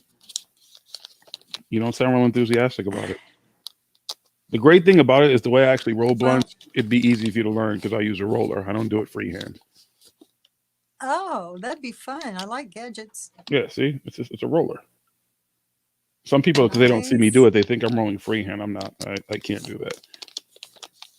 I used to have one of them that you put the cigarette and you go poof, poof, and then it'd roll it. And there's the kind that you have a cigarette and it's got the filter on it and you slide it that way and it shoves this tobacco into the little cigarette. And there's all different kinds of ways of neat little gadgets. I get a kick out of all the neat little they got things that people put together. Some cool shit for weed these days. I know they have like actual like machines, I guess, that you can roll. I just haven't really looked into it. Like electronic ones that roll blunts or whatever, or at least cigarettes or what do you call it? Joints. I don't know if they roll blunts, but if it can roll a joint, it can pretty much roll a blunt. It just depends on how tight it rolls it because I don't like them little tight ass blunts. I don't like fucking sucking my fucking cheeks and trying to smoke something. That's just annoying. Excuse me, I gotta look for the vein. That's what she said. What? There it is.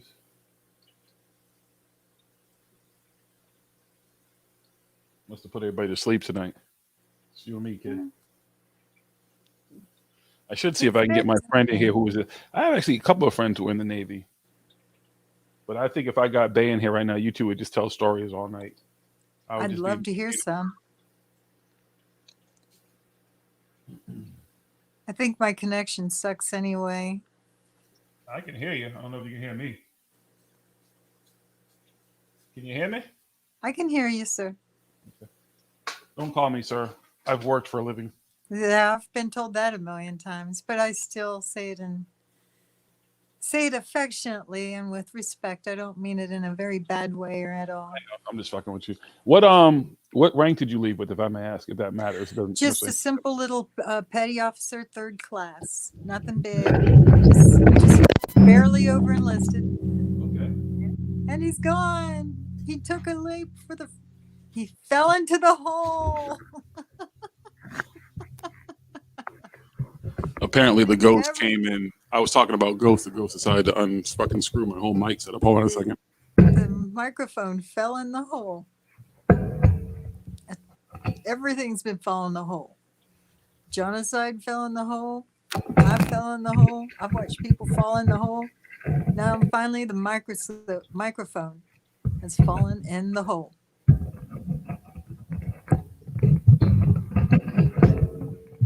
Damn, this thing won't stop making noise either.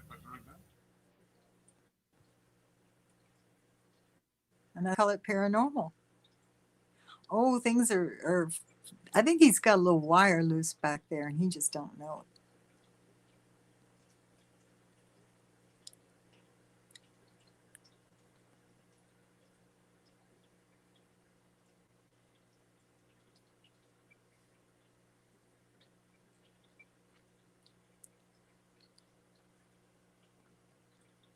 And take notes, kiddies. This is a new sexual position It's in the Urban Dictionary. It's called the microphone. That's where your sexual partner is a microphone. You grab the microphone and you plug it in and out. You turn it off and on until it starts loading. When you get the loading signal, you know that it's doing something proper. You say, damn, I had this bitch over last night and it messed things up so bad. We did the microphone. Listen, that thing is clamped on there and screwed on there. I think the ghost came and wanted to fuck with me and unscrewed it. I think it is. You got some serious electromagnetic disturbance happening on your side, buddy. Yeah, I guess. Well, I said I wanted the aliens to come check me out. Maybe that's the aliens. I did tell the aliens to come check me, right? It's either that or the Boston Stranglers coming to get you. Hey, I lived across the street from his brother, actually, DeSalvo. I forget his brother's name. He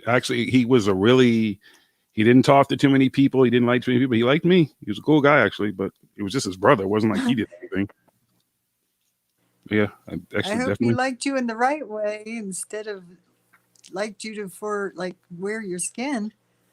Well, again, it wasn't him. It was his brother. The brother had nothing to do with what he did. Unfortunately, it's just, you have the same name in that case, and that name didn't bode well with most people, which I can understand. That's what's sad about the families and stuff. Like, people have nothing to do with this, but they're going to be judged the same thing. Like, did you know anything? Were you part of it? Like, there's not really any way to get away from it.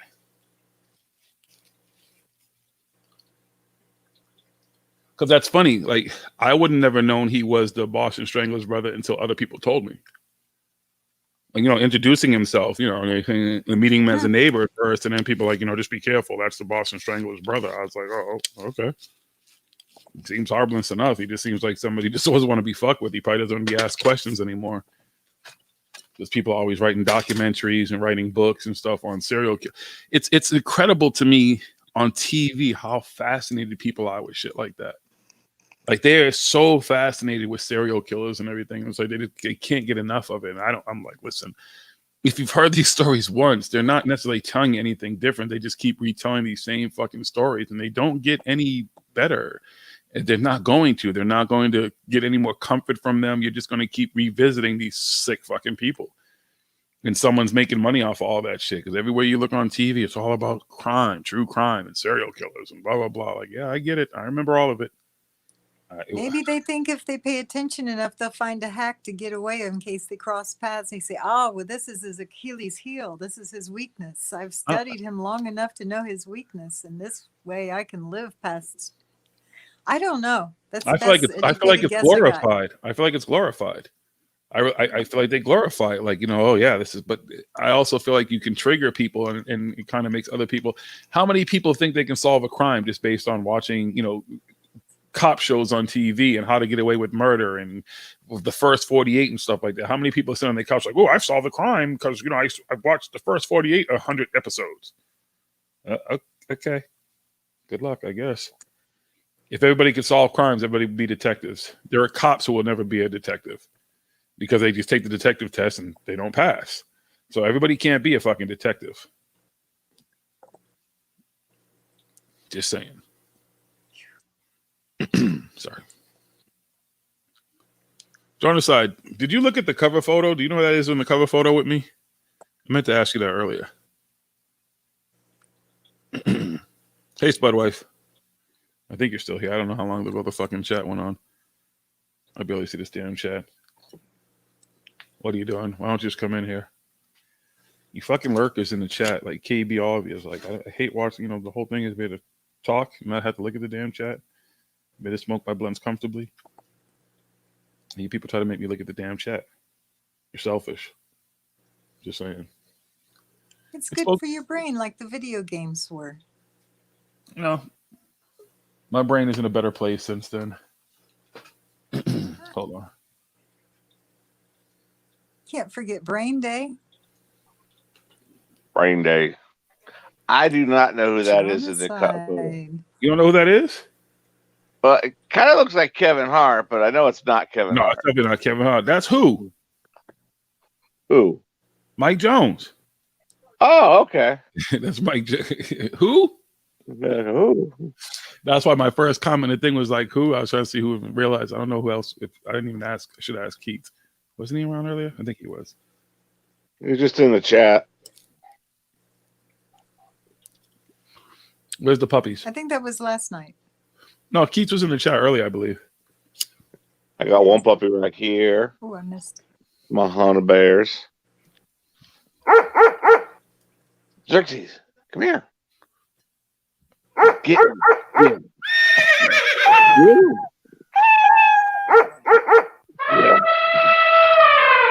Get him. Tell him. Get him. You can definitely see the Chihuahua in them because they're OCD over the noises. They're ready to This fight. one is well, the other one's a Pomeranian. She's just a weird haired thing. Yeah.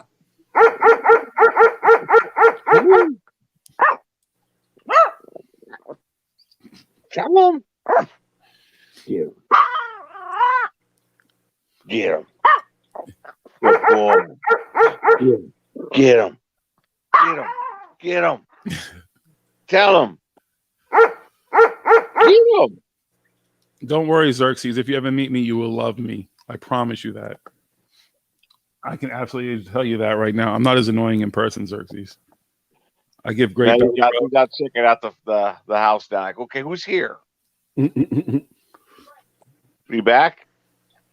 Did you get him? You got me? The dog. I don't know. He's I can't see him. Get out of my eyesight, but I can hear him. That poor dog. You're going to get diarrhea. No, that dog loves me. That dog wouldn't do that to me. Which is funny because the other dog that's here, Honey Bear, anytime something happens, like middle of the night, one of the kids is up walking around, she starts barking, runs through the house barking, waking everybody up, and then comes back like, I got him. I'm like, no, you did not. You didn't do a damn thing. You just woke everybody up. That's all you did. Hey, listen, but it'd be a good thing if somebody ever did come in, the dog's gonna wake everybody up. Oh, yeah. Might not bite nobody, but hey. No, my big dog, I had him on a little bit. He's 100 pounds, shepherd mix, and he's 14 though, so he probably ain't bite nobody. But there was a time, and no one would get in this house. If I wasn't home, you weren't coming in this house. But I'm home. He's a sweet guy. He loves you. Here, give me belly rubs. Daddy's not home. I am Cujo, and I will bite you. That's his job, though. My grandfather used to have these two vicious ass dogs. No, it was three of them: Shep, Cap, and Midnight. Actually, I remember they tore a fucking poor cat that ran through the yard. And anything. You couldn't do shit, but them dogs loved me. Never barked at me, never aggressive, anything. Would just sit down, chill. I go out back and play with them and shit. And everyone's like, why do those dogs love you? They hate everybody else. Like I just always have my way with animals and kids. Everybody loves me. Dogs love me. Horses love me. I got a guy was like, that's my llama. He spits. And I went, this handsome llama came right up and I was rubbing on his nose. Like, who's a handsome llama? And the guy's like, how did you do that? I don't know. I just talked to him, you know? Yeah. You just gotta be aggressive. Like you just gotta kind of chill. They'll come to you if they want to come to you. Like I'm not aggressive with any kind of animal. Like it's like either you want to talk to me or chill with me, or I'm gonna leave you alone. There's this one house that I do. So I go by sometimes, and they have like 3 Chihuahuas, a Jack Russell, and a Yorkie, and they all like they want to kill me. But when I walk up, 2 of them are wagging their tails, 2 are scared, but 1 does want to kill me. Mm. 1 Chihuahua, he's like, I will kill you. Who's your baby? And they're like, how you doing? And the dogs across the street, the 2 Chihuahuas there, hear them and start barking till I go up and pet them. And the owner's like, you have to pet them because they will bark the rest of the day if you don't give them a little loving. Not a problem. So I always do it. Natasha has some great pets. Like her pets, except that loud ass bird. That damn bird would not. I had a friend that had a cockatoo that, yeah. And you can't fix that bird either. They said the bird will bite you. She's like, that bird will bite the shit out of you. I was like, cool. You ain't got to worry about me touching the bird. This bird didn't like you until you fed it chicken nuggets. And I'm serious. You had to feed it chicken nuggets. But once you fed a chicken, just one, he was your best friend. He was like, hey, how you doing, buddy? Damn. Yeah, and she passed away, and the daughter took the bird in, and she's just like, I can't keep this bird. I can't. It's just driving me crazy. I'm like, well, look up a bird sanctuary. So she did, brought the bird in. The entire time, the bird was male. Bring the bird in. Well, you have a nice female there. No, that's a male bird. No, it's a female bird. Oh, no. And she's like, they left it at the sanctuary. They took they went to go visit, and like 6 months later came walking in, and it just flew right towards them, landed, it's behind in a cage, but they got to go in and it missed them. But they were like, wow, the bird missed us. And I'm like, she was raised with it. The bird's like 30, she's in her 40s. It's like, you've known this bird longer than half your life. Yeah. Of course he remembers you. But he was like, bye, because he was a cocky, barely talked, but he was bye when they left. And they've gone to see a couple more times, they told me. And it's just every time it's like, it gets excited, but after a while, it's like, all right, you can go now. I'm back. I'm going to go back hang with my friends. 30, 40 birds there. So, yeah, that's cool. One of my favorite videos online is that dude, he rescues this bird and he's taking the cage and he's stomping the cage and the bird's in the back like, yeah, fuck that cage. Like, stop that shit. Fuck that cage. Yeah, fuck it. I'm never going back in a cage. It's just hilarious because they sound so fucking human. Yeah, I like the one I saw was the it was like peekaboo, and then it hide, peekaboo, and then it hide again. That one, and there's like 2 or 3 of those. But then you got the real loud ones that talk mad shit. They had the guy who was outside washing his car. Yeah, and the neighbors called the police because the bird was in there screaming bloody hell. They thought he was inside killing his wife or some shit or whatever. Mm. And the cops come and he's like, no, listen. And the bird's in there like, they go inside and see the bird and shit. Yeah, they brought the bird. Yeah, I always thought that was hilarious. Yeah, I wouldn't want that bird. It's like, I don't want nothing yelling like that. Kids yell, but they grow up and they stop all that shit. You know what I mean? Like, it's like, but yeah, I don't need something that's going to be screaming like worse than a kid all the time. My brother had a parakeet or something, one of the little yellow birds, and he had 3 Yorkies, and the bird would go, rah, rah, rah, rah, and the dogs would come around, they'd bark run around the house, barking, trying to figure out, and then they'd go, and then as a group, 3 of them, and they'd go back in the bedroom and lay down, and about 10 minutes later, the bird would go, rah, rah, rah, rah, and they just come around, and it was this cycle. And then the little, I think it was parakeet, died.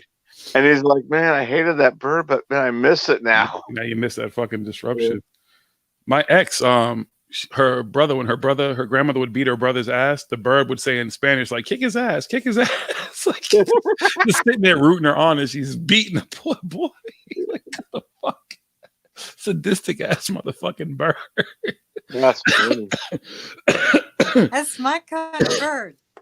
Yeah. Not mine. Not if you're that kid getting your ass whooped, especially back in the day, because they consider that shit corporal punishment now. Yeah. Shit, the ass whoopings they used to give you back in the day, yeah, you couldn't do that shit now. You can't. They'd be like, they'll drag you to jail quickly. Like, you did what? You went upside their head with a who? You did more than spank them? No. They don't play that shit. A friend of mine, his little sister got her door taken off by her dad, and she called CPS, and they were like, well, where's she supposed to change her clothes? This bathroom right there, door locks. Yeah. All right. Well, I want my door back. Well, you shouldn't have done stuff to lose it. Exactly. Chill the fuck out. They think they get too much freedom and shit. And shit, they didn't have iPhones. I'm a mother. They should make sure you had a pocket full of dimes and shit when fucking payphones were a dime. You ain't got no excuse if you need to check in, check the fuck in. Yeah, you call collect and it's John and Pod. I'm at so and so's house. Or come pick me up. Pick me up at so and so. You have a collect call from mom. Pick me up at so and so. Or mom, staying on so and so. Or mom at so and so's house. That or my buddy would go. He'd call up. I just put a quarter in and the phone ate it. I can't make I don't have no other quarters. And hold on, and she would send the line through to him, and he'd talk to his mom or whoever he's talking to. I was like, that's pretty good. Years later, you find out if you had that little Captain Crunch whistle thing, you could have got the phone to give you free calls all the time. Oh yeah, there was some crazy shit, or the tinfoil trick, or whatever. There was different tricks. Yeah, I was just like, I didn't know about this stuff when I was a kid. I knew about saying that you collect calls whatever you needed, and then doing that like sometimes like, oh, I don't got a quarter. But shit, even a dime, like nowadays, people like a dime, like you didn't have a dime, like yeah, back then dimes went a long way. Yeah, you get candy, you get all kinds of shit with a dime, some chips, whatever. Fuck around, something to drink. Don't forget, add up a couple of them dimes, a few of them dimes, you could do some shit. $1 went a long way. Oh yeah, and we're getting $5 and being rich. Shit, like when someone give you $10, $20, you're like, word. Oh, yeah. I'm going to the toy store. Yep. That's where most of that money went, or the movies. I loved movies. Yeah, I saw a lot of movies. Man, I saw tons of movies. Me and my mother used to see tons of movies. They used to have this thing called Kiss Card. And it was either Tuesdays, like Kiss Tuesdays and Wednesdays, when movies were like $2, whatever, with this card or some cheap shit, $1, $2. And we used to see tons of fucking movies.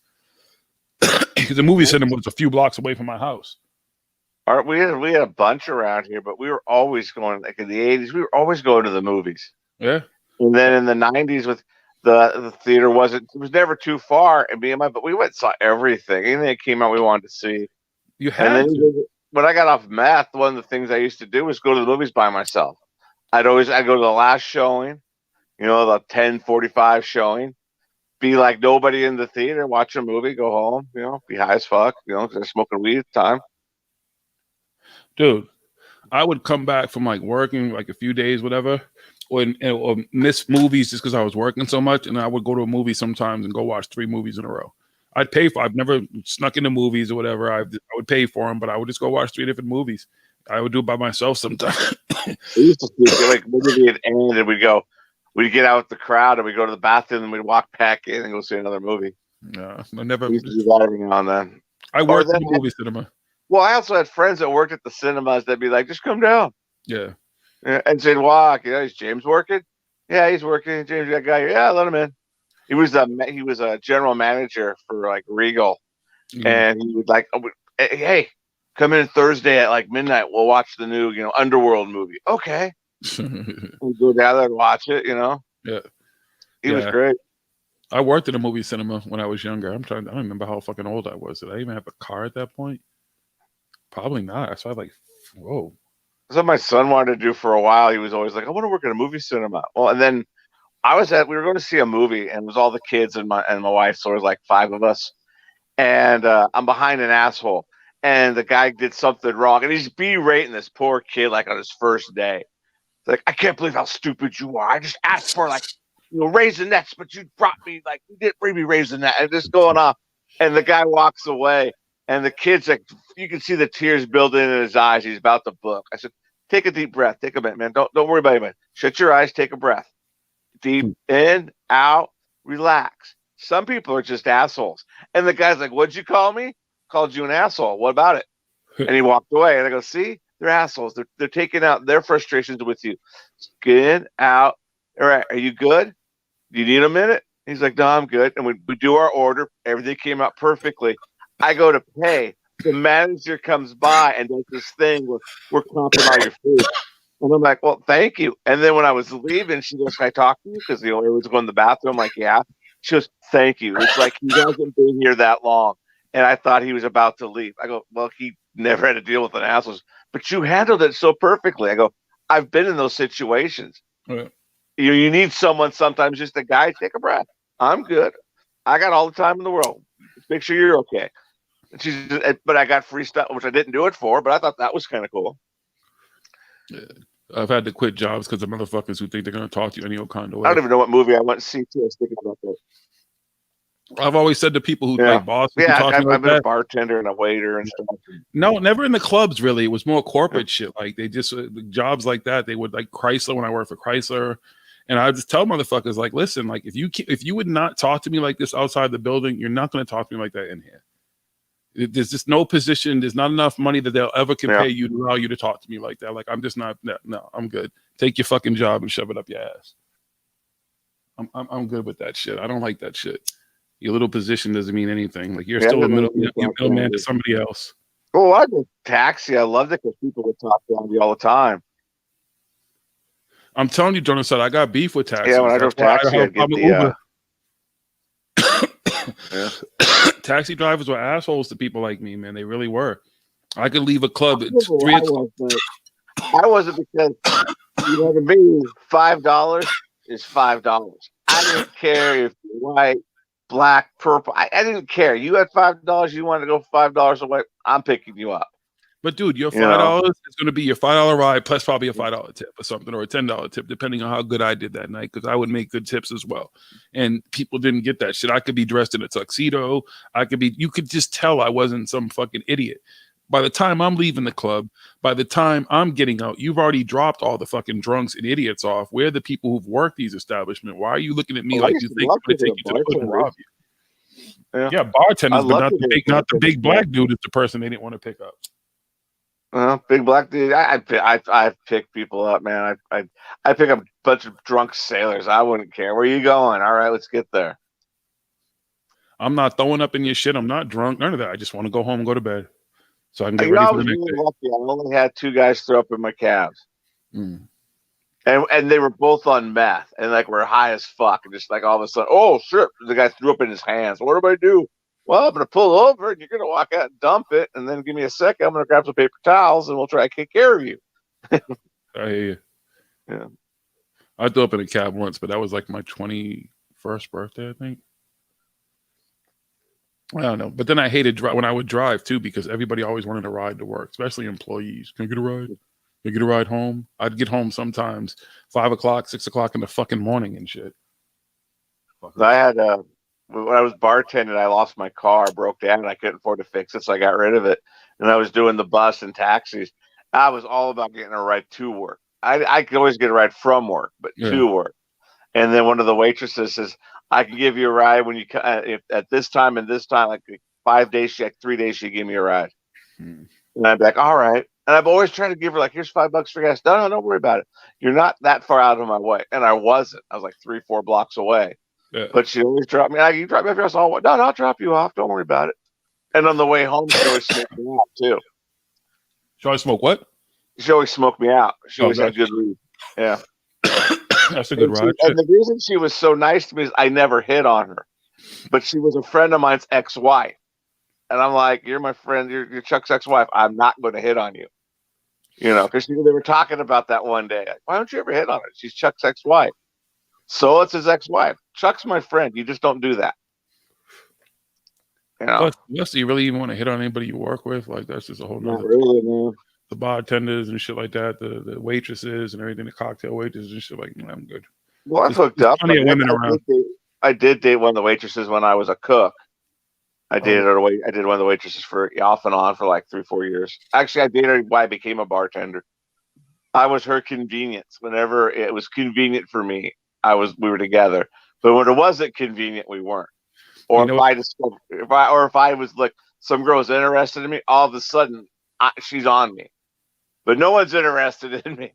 She's nowhere to be seen. I forgot. And I didn't figure that shit out either. I didn't figure that out till later.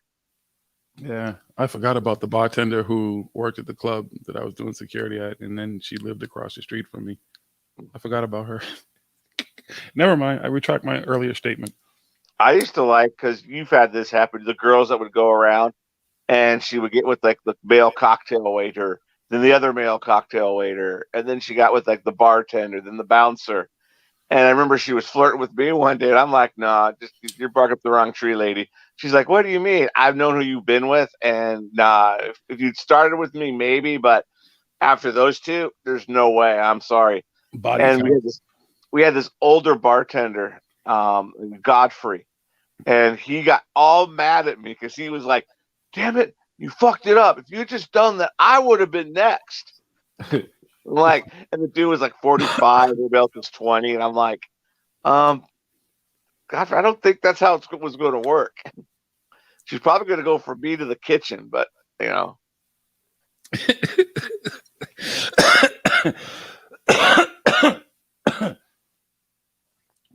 How come that's not approved? Oh, because no one's fucking in the chat. Yeah, there was some hookups. I forgot about the hookups, especially the fucking promoter chicks stuff. Yeah, It is what it is. It's that environment again. That environment that sets up a whole lot of shit. Yeah. It's a crazy ass environment.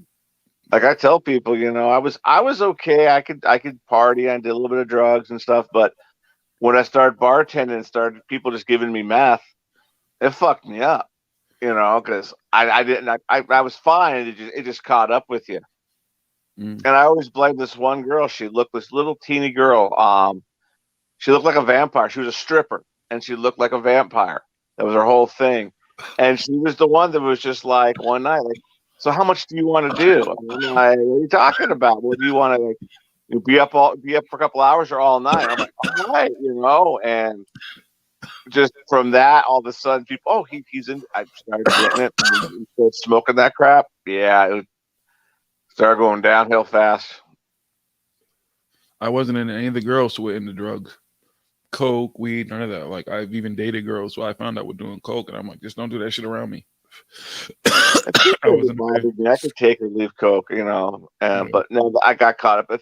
I got caught up in the crowd that was into meth, and like I said, once we started smoking it, and I didn't even realize I had a problem for the first couple of years. And then when I started realizing, I started trying to distance myself and try to work out of it, and it just came down to like, okay, I'm done. 19 years this June. Cheers, your sobriety. Cheers, man, to quit that shit. Yeah. It was tough too. Like I tell people, man, like when I first quit, it was horrible. It was just a struggle every day just to get up and go to work and come home. But I put I said I wasn't going to do this. I had to move back in with my parents. And so I said, well, I'm not going to bring it around my parents. I'm not going to bring it up to my parents. So I told everybody else I knew my parents knew, but I wasn't going to bring it. And I just, okay, that's what I'm going to keep that. And so when I moved back out and got my own place and stuff, it was funny too. I quit meth, and within 6 months, hey, I have a car again. Within a year, hey, I'm living in my own apartment. I'm making money. I got money. Yes, sir. So it was just fun. It's like, how did I survive that? 6-7 years I was on it. But I did. Yeah. Cheers, like I said. But you knew you had a strong mind, strong will. It's weird too, because I think about some of the people I around who were like functional cocaine users, crack users, all kinds of shit. Like it was weird growing up and seeing people like, oh, they do what? Oh, they're into what? I'm like, oh, okay. And some of the people at least expected. Yeah. I have a family member that was a functioning junkie. He was a heroin addict, but he worked all the time. But he said, my habit was small. He goes, I got down to a small habit. I still had to do it, but I didn't have to do it all the time. And then he he was in a car and they got pulled over. There was a joint, so they got arrested, and he lost his security clearance at his job. And that's when he went downhill, and that's when he went right back into it. Yeah. And then, he got clean after that too, which is funny because I'm not a Christian, but he always says that he just prayed to Jesus. And he didn't go through withdrawals. And he's been clean almost going on probably 30 years next year or the year after. Do you still believe in Jesus is like a Christian or something? Yeah, he's hardcore. He goes to church, he ministers, and he does all that stuff. But it worked for him. Good on him. Exactly. I'm not knocking it at all. Exactly. Yeah, got him in a better place, in a better space. We've had the talks where I'm a pagan, and he goes, well, and I have one sister that's just, Jesus loves you. Yeah, so does Odin. I don't care. Yeah. I guess she would tell me Jesus is, I don't want you to go to hell, and I'm like, hell is a goddess, right? She's not a place. But he was like, I don't care what you believe. I just like that you have faith, that you believe in something beyond yourself. Yeah. And I looked at him and I said, yeah, but I have an idea of faith. Don't tell me in 20 years I might think something different. I might learn, I might develop, something might happen, make me go, oh, okay, I think this now. There's nothing wrong with that. And he was like, well, I'm always going to believe in Jesus. And I went, all right, I always believe in Jesus. That's you. Good. Enjoy Jesus. I got a good idea. And I don't think I'm going to change my spiritual path. It could happen. It's a spiritual path. Yeah. There's twists. Like I said, nothing that's happened in my life has validated the whole idea of something that intercedes outside of the great things that human beings have done to save my life and keep me here and be a part of, helping me get better and shit. Like it just has not been some divine intervention that I know of. Even my experience I talked about when my brain exploded and stuff like that, I don't even know if would consider that divine intervention. I feel like that was just more near death experiences, and death experiences I think are tailored to the individual. I think so. I think whatever you believe in, whatever you want, whatever is kind of what greets you maybe at that That's point. what happens, yeah. Whatever happens in the first couple of minutes as your brain dies, depending how you die, of course. Yeah. I think that's what you go through. Yeah. So if you think you're a bad person, you're going to hell. I think, well, that's what's going to happen to you at first. You're a good person, you're going to heaven, you're going to see Jesus. I don't know what's going to happen when I die. Am I going to see Odin, or Thor, or anybody? I don't know. Shit, Professor X might greet me. You never know. The Avengers and shit. The X-Men would be the X-Men more than anything. Yeah, it's funny watching my dad pass. He at the end, he was looking up above us and he was seeing something. Yeah. You could just see it in his eyes. He was just awed by it. And then within like 10 minutes of that, he was gone. But he never said anything. My dad had a near-death experience, and he just goes, "I was there, and then like for 90 seconds, I was gone, and then I came back." And my mom's like, "He's lying. He saw something. Ask him. And I'm like, "I will ask him when I'm ready to." And I waited a couple years, and I said, "Did you see anything?" Nope. I was gone for 90 seconds. He was there for like 93 seconds or something. And he just goes, "I was just gone for that minute and a half." He goes, "I was here, and then I was here." I don't recall it. It's okay. I don't recall much. I recall very little of that time. I actually looked at my medical records to see how long all this shit kind of transpired. Because I've asked my sisters and stuff, but they're really weird about talking about it. It's like going through it, but not being able to remember it. But then asking people, it's just something they do. They're so uncomfortable. Well, they go through the trauma of it too. Oh, absolutely. Absolutely. So yeah, I can see that. Oh yeah. It was probably just as traumatic for them as it is for me. You don't know what's going to happen, the variables. Even like the last time, and the thing with the last time was I didn't tell anybody for a while.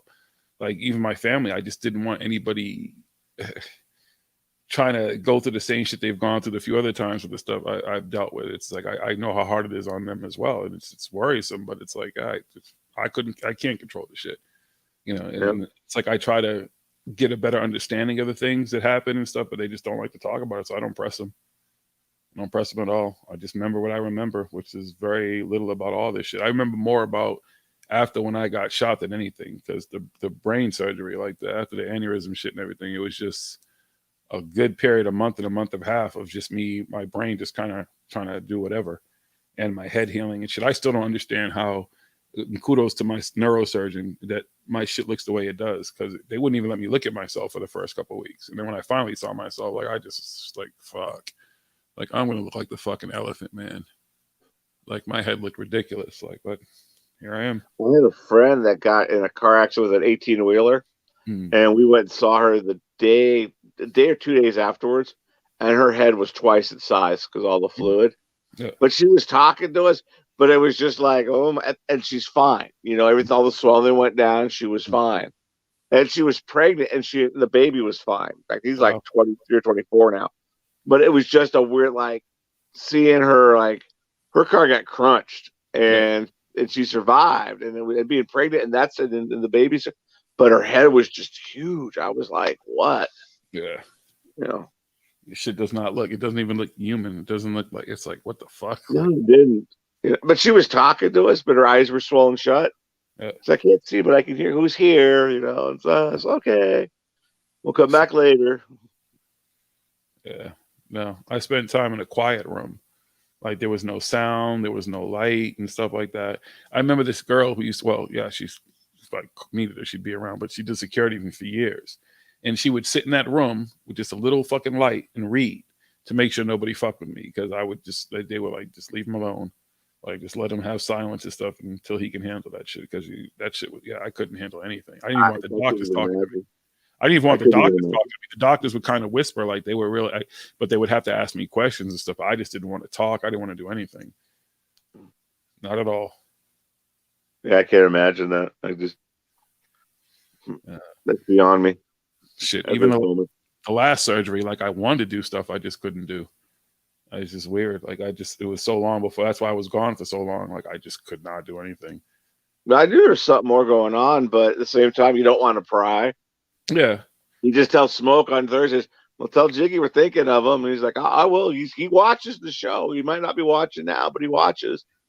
I'm like, okay, Yeah, I would watch when I could, but sometimes I just wouldn't even chat, whatever. I just didn't want people asking me questions. I just didn't want to deal with it.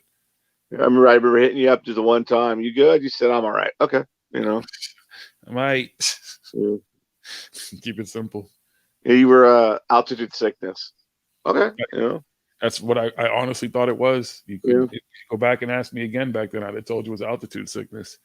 Because if everything that I was feeling, that's what I just was like. I'd never been this high before in my life. I wasn't in a plane. And the whole ride up there and stuff like that, it was just like, fuck, I don't like this. I don't like driving around these mountains like this. Is it ever going to fucking end? And like once I was on flat land, I was like, oh, thank you. And then I had to drive. The drive back wasn't as bad because it wasn't as long. Because on the way there, she took the more scenic route to show me everything. But I wasn't prepared for that. I don't like this. There's a couple drives that I've been on where if I wasn't driving, I would have been okay. I'd have been like looking, like there's this drive into Port Angeles, which is north of me on the Olympic Peninsula. And you come around this corner and you're on like a 2-lane highway or a 4-lane highway, and cars coming and going. And there's this huge mountain to your left. And all you want to do is look at this mountain, but you got to watch the road. Yeah, look at the signs. Yeah. But I'm like, God damn. And the guy goes, driving taxi goes, what is that? I go, I just want to look at the mountain. And he's like, well, look at the mountain. No, I'm driving. We're in traffic. I got to pay attention to this, but I want to look at the mountain. Yes. I couldn't make that. I couldn't do the drive. And I don't know. I don't remember in my younger life if we've ever been up something like, if I've ever been up something like that before. I just know as an adult being that high or driving up the side of a mountain and shit. And I was so fascinated with the fact that it's like this huge, you go from cactuses and shit to, fucking whatever kind of trees these are, like forests and shit up in these mountains. And all my mind could think about is there's no guardrails. There's no real safety shit there. There's buses. There's 18-wheelers coming down these things. They got 18-wheeler emergency fucking brake little cliff things that they can go up if they lose their brakes. And all I'm thinking is how many fucking cars and people or whatever are down in that fucking forest that they don't even know are down there. Yeah. Because no one's going to look for that shit unless like someone really is like, oh, it's an accident. We saw the accident happen. And it snows up there. Yeah. And I'm like, these people drive this shit? No. I'm not that brave. Well, I went hunting with my dad, so we were always driving up into the mountains on old logging roads. And I remember learning to drive my dad's old, like, God, what was it, like a 74 orange Dodge pickup. And being on the side of the road and like having like a foot. And my dad's like, no, you're fine. I'll tell you when you're like, and I'm like 13, but that's all. He goes, no, you're fine. Just keep going around the cars coming. No, they're fine. They'll go in. You're fine. And now I could do it probably no problem. But at the time I was a kid, I don't want to do this, Dad. This scared me. Nah, you're fine. 5 miles an hour, in this big, huge truck. Yeah, no. And now that I think about it, the only other time I've been kind of that scared with somebody was Jamaica. And these motherfuckers were driving on these tiny ass roads and shit. Now that's why I never saw the movie The Fern Gully, but I've actually been through the Fern Gully because I didn't know it was in Jamaica till I was in Jamaica. It is? Yeah, I didn't know that either till I was actually in Jamaica because I never watched a little cartoon. But I've actually driven through that thing a few times going back and forth because we would go through Ocho Rios to different parts of fucking all over fucking Jamaica with these motherfuckers. And they had this dude, I used to call him Freaky Jason. I was like, please don't kill me, Freaky Jason, because they would drive on these roads. And it'd just be 2-lane little fucking roads with no guardrails and shit. And you would literally see accidents that happen where they've never just bothered to take the cars away. The car was like on the side, one was on the side of somebody's house, some old house and shit. There was a couple of cars you would see it just flipped over. They left them shits there. And I'm like, these motherfuckers don't care. And they're not driving like 30 miles an hour. These motherfuckers are doing kilometers, but they are speeding. and they're barely like passing each other. You're waiting for the fucking mirrors to hit. They don't hit each other often, no. But I'm like, nah, I'm good. I will never drive in Jamaica. Nah, that don't sound like fun. Actually, the only other country I've ever driven in is Canada. Because did I rent it? No, that's not true. In Mexico, because I rented a car when I was in Cozumel. So those are the only two, but there was a small ass island, so I wasn't about worried. Canada, Mexico. I don't think I drove in either one. No, I drove. Yeah, Yeah, in Mexico, I didn't. No, I didn't in Canada either. No, I was too young. well, Canada I just did because we were doing security up there. So a couple of times I would drive, but I didn't drive often. I didn't drive to and from there. I'm like, listen, if you want me to do security, I'm going to fuck to sleep on the way up there, on the way back. But we're working, I'll be fine. But I ain't driving. You motherfuckers can drive. Although there's a funny ass story about that. Coming back from Canada and shit, and the kid that's driving. Now, mind you, this motherfucker slept same as I did on the way there. He was fine. He hadn't did anything. I'm doing all the fucking security work, so he's driving on the way back, and everybody else is sleeping in the fucking truck. And all of a sudden, you feel the truck fucking swerve, and I'm like, yo, like everyone's like, what the fuck are you doing? He's like, oh, I'm swerving to get away from that car. Well, like, dude, what car? There was nothing on the highway around us and shit. The closest thing was further fucking away. I was like, motherfucker, you just fell asleep. Stop fucking bullshit. Oh, no, my foot fell asleep. I was shaking my foot. Like, stop with your fucking excuses. Motherfucker, you almost killed us and shit because you was falling asleep. I've driven where, like, driving all night and start, like, getting dozy. Yeah. And I tell everyone the same thing, man. Pull over, take a 20-minute cap nap. That'll get you good for at least, like, another 20 minutes, 40 minutes. Yeah, nah. I just keep driving. I just roll the windows down. Done that. Turn the air conditioning on, yeah. I've had to, because if I'm like doing security and stuff when I'm the driver, like I can't sleep. I can't pull over for 20 minutes and shit unless they want to pull over or something. But the motherfuckers are usually sleeping, whatever you're driving, whatever you're in. So, one of the tricks I learned was whatever music I like, I put it on the country station. Because I don't like country music, so I'm gonna be bugged by it. It'll piss me off. Dude, I drove to Georgia from here. I remember that shit, and I drove straight there because I drove after work, and I was going to my uncle's wedding. Or was it somebody's wedding? And I listened to the Jerky Boys the whole way there. Dude, that shit kept me up. Just fucking the comedy and shit, laughing my fucking ass off. That's the shit that I'll never forget. That shit. It was the fucking Jerky Boys the whole fucking way there. Shit, and that's how I got introduced to Bonnie Raitt driving from here to fucking Texas. My girlfriend at the time, her uncle really loved Bonnie Raitt, and he played some Bonnie Raitt. That's why I got introduced to her. Let's give him something to talk. I don't even remember all the song. I just remember let's give him something to talk about. And then he would tell me about like her life story. I guess she had kind of like a hard life or whatever. Yeah, she did. Yeah, he was really into all that. She didn't get real success till she was older. But she was, I guess, like she was just like she was always there in the scene. Gotcha. Just on the verge of success, but just enough to keep her there. Is she considered country western? No, I think she would be more country blues. Country blues, but it's still country attached to her. Yeah, country. Yeah, I would attach country to her. Yeah, I got a couple of her songs on my fucking playlist actually, because of that trip. And I got on my Spotify, I've got Jerry Reed's "Eastbound and Down." And every time that comes on, man, I just turn it up and I'm singing away.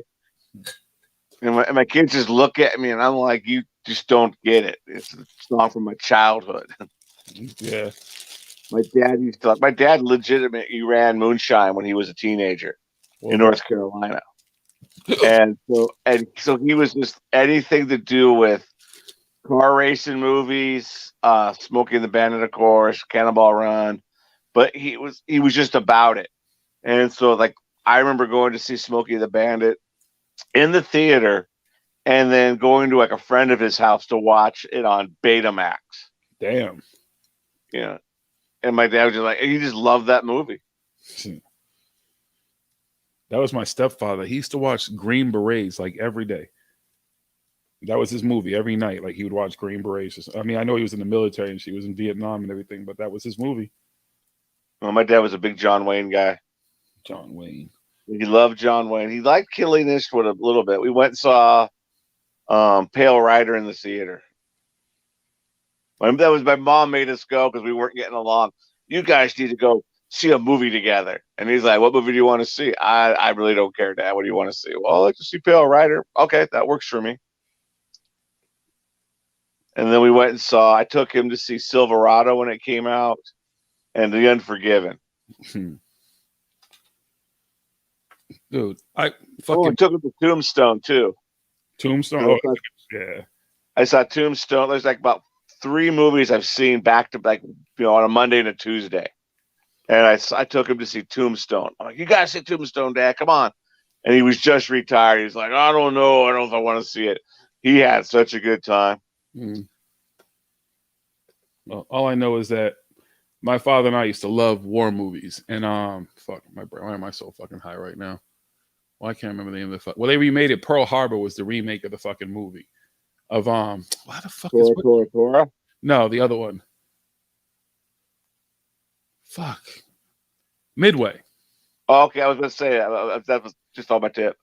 And he lives in Atlanta. He came here. I took him to see the movie, everything like that, and we were just so disappointed. Because the first half of the movie is just a fucking love story that did not need to be told in this movie. My mother-in-law bought that movie for the grandkids have to watch this movie. And I'm like, well, watch the original. Yes. Because the original is that my father likes the remake, the new more recent one, Midway. I didn't like it though. It was just too technicolor. It wasn't gritty enough for me. Like it just looked too new age. And too CGI. What cracks me up about the movie Pearl Harbor with was it Ben Affleck and whoever? Yeah. The main characters' names are Rafe and Evelyn. Yep. That were my parents' names. Oh wow. And I was just like, wait, they met at a gas station in the 60s. But I'm like, is this about you guys? Because we were at their house and it was on. And my dad's just like, this is not about us. Like, I was serious. Like, he's like, well, we met at a gas station. I'm like, yeah, they tore that gas station down like a year ago. And I'm so upset. My parents met there. And it's just a ruin now. It's just a foundation and a small parking lot. It's all gated up. Sorry. Someone do something with it. Unless they really did meet at Midway and they don't want you to know. Yeah, that's true. My dad was in the Navy, but the funny part was he went in the Navy, so he got caught running shine by my grandfather. It was my dad, his brother, and a cousin. And he goes, you guys have a choice. Either you join the military or I call the sheriff. So one in the Army, my dad went in the Navy, and then the cousin or someone went in the Marines. And my dad was in the Navy after Korea and got out before Vietnam. And for 4 years. And just like, I'm like, wow, you kind of lucked out. What'd your dad do in the Navy? Can I ask? He was a machinist. Oh, heard of it. Yep, machinist. Machinist mate? I don't know. He was a machinist. That's all I know. Yeah, well, check this out, Genocide. So my godfather, rest in peace, he served during Korea. But during Korea, he got fucking sent to Germany. So he didn't see any action in Korea, but he ends up getting stabbed by a bunch of fucking Nazis, fucking skinheads in fucking Korea. Oh, damn. And I didn't find this story out about until probably 6 or 7 years ago. And he told me that because we were talking about the shit that happened to me. He's like, yeah, I got stabbed before. I was like, where? He's like, when I was in Korea. I was like, wait a minute, I thought you when you served in Korea it was during the time of war. He's like, yeah, but I got stationed in Germany. And he's like, I was out there and one night some fucking skinhead motherfuckers were talking. We got into a fight with them and they stabbed me. So cool. Yeah, we got in a fight with skinheads and they stabbed my buddy in the head with a screwdriver. Oh wow. Yeah, he lost he's okay now and everything, but for a while he lost I think he said 4 months of his life. He doesn't remember 4 months up to the incident, and then a month or two after the incident when he came here. Damn. They go right behind the ear, and they guess they just grazed something. And they were the skinhead gang, but they were all in the Navy. Nice. And he got to keep his hearing and his sight. Yeah, everything's fine. Yeah, he was a musician, and he still is. Fortunate. Yeah, but he was in a coma for a couple of weeks and stuff. And the funny is, we got into fights with these guys all the time. They came to the bar, and they tried to jump a friend of mine in the bar, surrounded by his friends. So 6 guys try to jump one guy surrounded by 30 guys. Yeah. And women, because they all got involved. Like, what were you thinking? And then they came back and they got in a fight with him, friend Darren. They got a fight with him outside the bar, so we didn't know what was going on till someone goes there. They just stabbed Aaron, and we ran out. And then the police came, and like 4 of them went to whatever prison, and 2 didn't because they weren't involved. They were just there. They got kicked out. You know the cool thing about the military, and you could probably ask your papa if he's still around. But in my time, when you broke the law, after you're done serving your time in civilian life for breaking that law, then you got to go back in the military and serve your time in the military for breaking that law. Well, these guys went to whatever the Leavenworth is what I understand.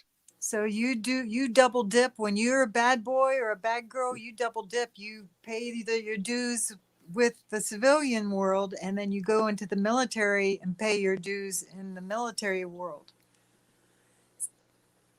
Well, I had a friend that was we were doing meth. He was in the Navy and he was doing drugs with us, and he got popped at a piss test, and he was so happy. I'm gonna get kicked out of the Navy. I'm gonna be free because he wanted to be out of the military. But a rare thing happened. The military goes, you know what? We spent all this money training you. We're going to send you to rehab in San Diego, and then we're going to reassign you into Virginia because he was on the nuclear subs. And we were all so happy for him. All right, get out of this lifestyle, man. Go to get clean. Go to live your life. Be a better person. And he took off, and he ended up serving 45 days in the brig up on Bangor. And then when he got out, he was out of the Navy. And he was happy, and we were just all mad at him. We didn't understand why we were mad at him. I didn't want to leave you guys, but you could have been out of this shit. We know we're doing shit, you know.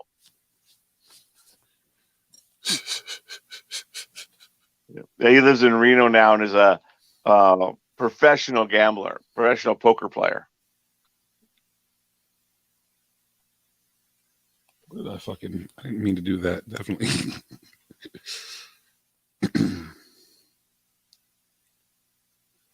All right, there we go. Sorry. I just automatically hit a fucking button. I don't know who this Muay Thai 23 fucking idiot is. Are you here to play nice or are you here to just be a fucking idiot? So you decide. Okay. I mean, on YouTube or Twitch or...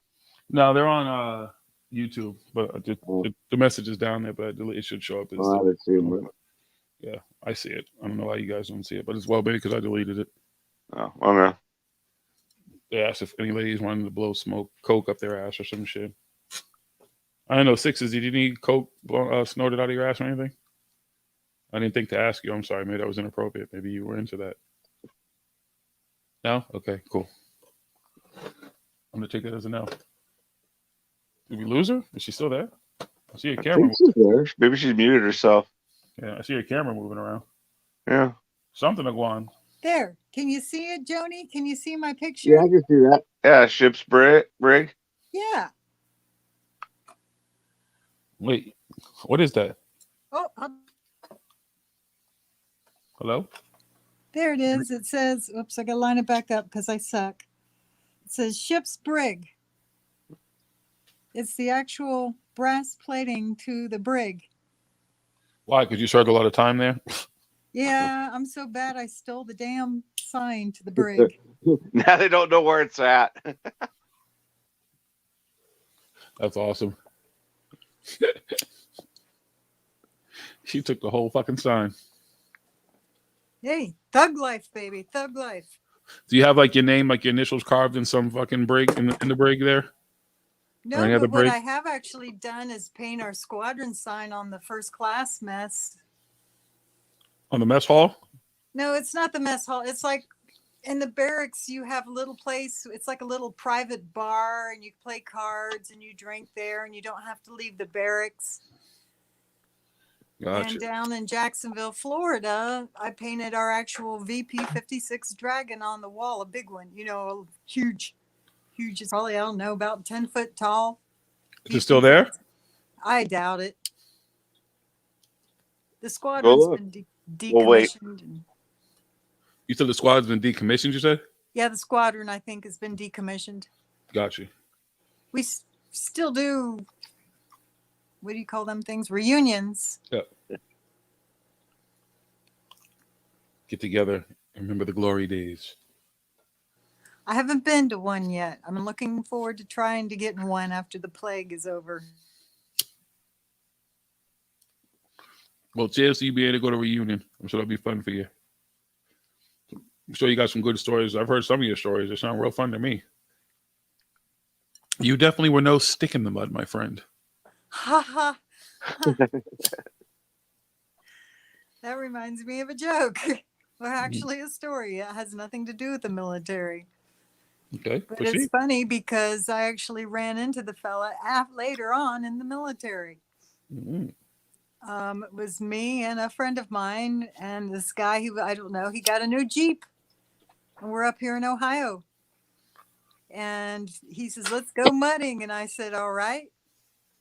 So we go up a hill and down the hill and up a hill and down the hill into a big thing of mud. And the mud was way past the hubcap and just lots of mud. And that's where he was stuck and stuck and stuck and stuck and stuck. And for hours and hours, he was just trying to get stuck out of the mud. So we had to get a tow company. And at the end of it, that was the big thing. He was a stick in the mud. Literally. And yeah, he had to live that little night down between the two of, the three of us, being called the stick in the mud all the time. But it's funny, later on, sure enough, I bump into him in the Navy. Wow. Did you guys talk about it possibly, like going in the Navy or something? No, he had no clue I was going, and I had no clue he was going. It was so fun, it was such one of those moments where I expected to turn around and see my buddy Glenna there too, because when there was one of us and the other one, the third one's not too far away. Gotcha. It was just a fluke. Or was it? Or was it destiny? Destiny beyond your control. You didn't know, but the universe knew. Welcome to the Twilight Zone. Dun, dun, dun, dun. Well, small circles. The world is small, I guess. Smaller than we think. That I agree in, because I've run into people in other countries, and I'm like, how the fuck do I run into you in another country? Like, all right, I guess. But it happens. My daughter used to get mad because we'd go out and I'd always run into someone I know. And I'd be like, I grew up in this town. I bartended and I drove taxi for 10 years. I know a lot of people. Yeah. Well, that was even when my father came for that Pearl Harbor shit. Like everywhere we went, like everyone was talking to me, cops, everything. He's like, how the fuck do you know everybody? I'm like, I work in the nightlife industry. The cops do all the details and all these people fucking party. Like you really get to know people that way. Again, there's people who are just always like, you'll always remember them as being a fucking pain in the ass at a bar, in a club, or at a concert. Yeah. And there are people who are cool as fuck. There were people who are great tippers, and there were people who are just cheap as fuck, especially celebrities. Like, it's just a fucking crapshoot what kind of fucking person they're going to be. Some of them just think that everybody owes them something. Some of them think they're beyond, like, just stopping and paying a little admission to get in this. All kinds of stupid shit. Like, I've had dumbass arguments with celebrities. Like, they're just like, or athletes especially. Oh, God. The arguments I've had with fucking athletes is just stupid. Stupid. Especially knowing how much money those motherfuckers make. They want to go in a club. They want to go anywhere and fucking buy champagne all night, but they don't want to pay the fucking promoter or the door a little bit of money. And that's what they would say. It's like, man, I'm going there to pop bottles. The motherfucker, the $10, $15, $20 that you got to pay to get in, it shouldn't matter to you. You should want to pay double that just not to have to wait and to get in and shit like that. Like, get over yourself. Especially, and it wasn't necessarily even, I have had money with athletes here, but a lot of them have been cool. But it'd be athletes from other fucking places and shit who just felt entitled. I'm like, dude, you ain't at home, motherfucker. Like, who the fuck you think you are? You ain't walking into shit. You ain't Gronk. What do you say? You ain't Gronk. No.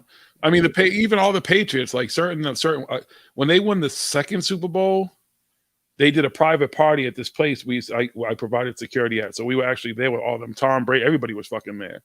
But most of them, like, Tom Brady and stuff, I'm sure he didn't pay for shit. But even his wife, Giselle, got called out for being an asshole because she felt entitled, like she shouldn't have to pay for shit whenever she went anywhere in Boston. It's like, yeah, we get that you're his wife, but you ain't Tom. And especially because it ain't like you don't got your own money, woman. Like you're still making money. Like get the fuck out of here. I think it's funny is like I bartended in a little town called Silverdale, and the Beastie Boys were playing a concert there. They had this thing called End Fest, like a 5-10 band thing. They were going to headline. I was working. They came in, had some beers and left, and I got told afterwards. I'm like, really? I didn't even know. No clue. Dude, when we were at an arcade one time in Boston, and they were here for something, and one of them was hitting on my fucking sister. I had no clue what they would end up being. Well, we saw Green Day before they made it big. They played like just this guy's like house party, and the cops came and said, "You got to stop playing the music." And they went, "Okay," and they just played acoustic for like 5 songs, and it was before they were big or anything. I didn't even know it was them till someone pointed it out to me. Oh, that was Green Day. Oh, okay.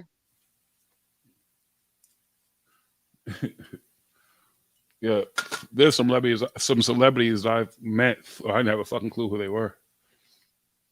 There was one. I was on a flight coming back from California a couple of years ago, and I can't even remember his name right now. But he's a Spanish actor. But I was like, damn, I know this dude sitting next to me on a flight. And finally, I got to talk to him before we got off the plane. And then we were talking in the terminal and stuff before he left because he was going to Puerto Rico for relief to help doing relief in Puerto Rico and shit. And I was like, I just knew, I just saw your face. I just couldn't remember. And I was explaining about brain surgery and stuff. But it's cool as fuck. But then it was like, is it Carly Simon? Is that her name? I think it is her. Like when I worked at that movie cinema, she came through there. There was some other celebrity that came through there. Like I didn't know who they were, but people were making a big deal. Like, oh, that's so and so. I'm like, oh, well, who's that? Like, okay. When I used to work at this place called Thomas Kemper Brewery, and it was north of the county that I'm in.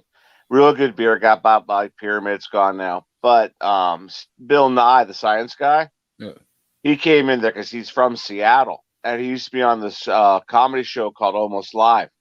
And he had this character called Speedwalker. He was a superhero, but he'd walk really fast. So they do blue screen or green screen with him just walking across. And he comes in, baseball cap, sunglasses.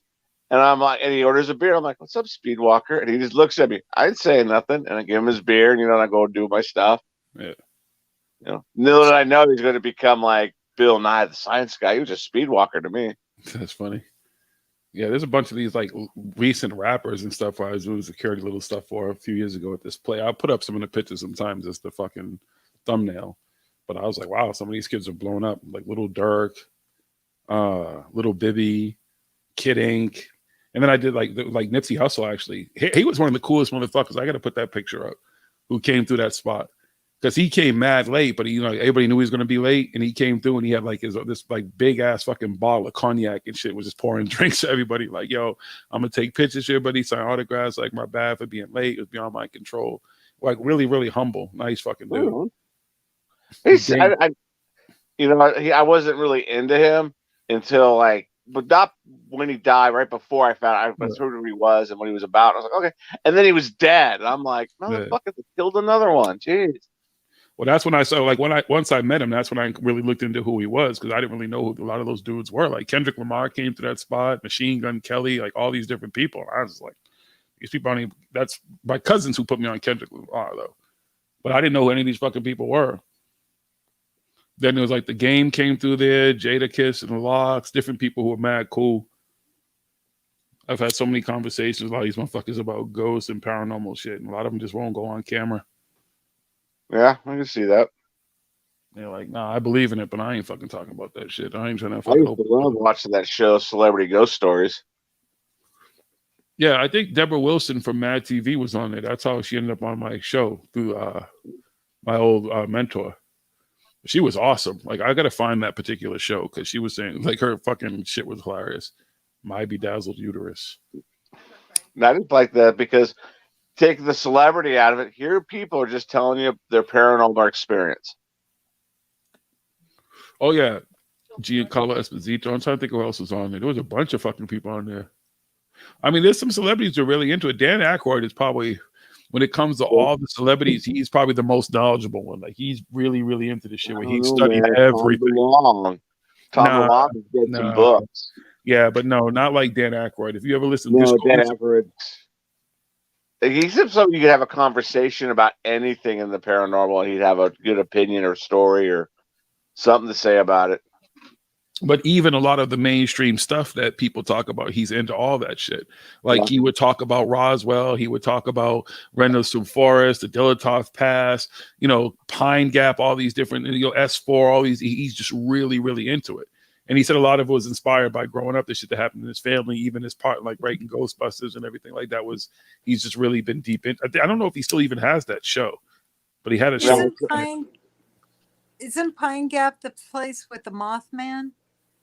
No, Pine Gap's in Australia. Yeah. It's their version of, supposedly their version of like Roswell, like Area 51. Yeah, their version. It's a joint base. We control it, but it's in Australia. Yeah. Mothman was in West Virginia. I forget the town. Well, the original Mothman story, because it's expanded, obviously. It was at the West Virginia and Ohio border, though, but I forget the town. I remember when I was a teenager, maybe even a preteen.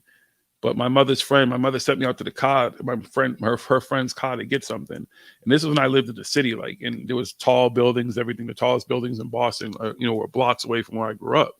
And I just remember not hearing anything, but just seeing this huge shadow. And I look up, I don't know what the fuck it was. Maybe because I was younger, but I had seen eagles and I had seen, falcons and all that different stuff. But something big fucking flew over, and it didn't make any noise, but it had a long fucking wingspan. And to this day, I remember I've talked about that thing since then. I don't know what the fuck it was.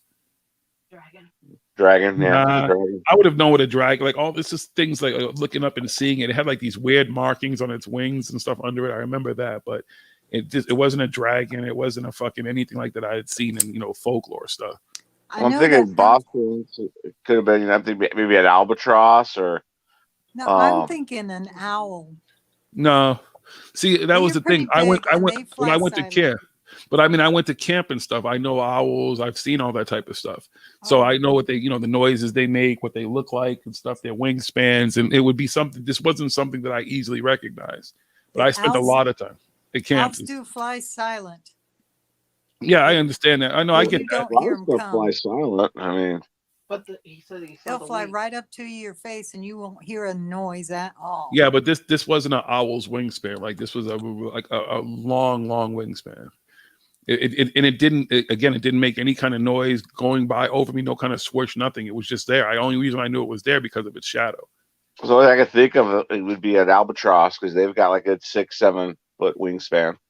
I don't know what an albatross looks like, and I don't know if it's in a city unless it's got away from a zoo or something. An albatross's wing, though. They glide. They glide forever. So I don't think you'd hear an albatross. I've seen some big bald eagles, though. I mean, what's up? I don't know if you're still here, True Seekers. He was there for a second. I don't know. It was a long time ago. Maybe it was the Mothman. I don't even know if it was Mothman. I mean, I don't know what it could have been. I remember there was like movies about the fact gargoyles and all kinds of crazy shit. I love that gargoyles movie. Yeah, it was so. What the fuck? I don't even remember the guy's name in it, but it was like, yeah, it was living in the fucking like Empire State Building or some shit. Yeah, some weird shit. It was like, yeah, I don't know. If it was, I just don't know what it was. It wasn't something I had seen before.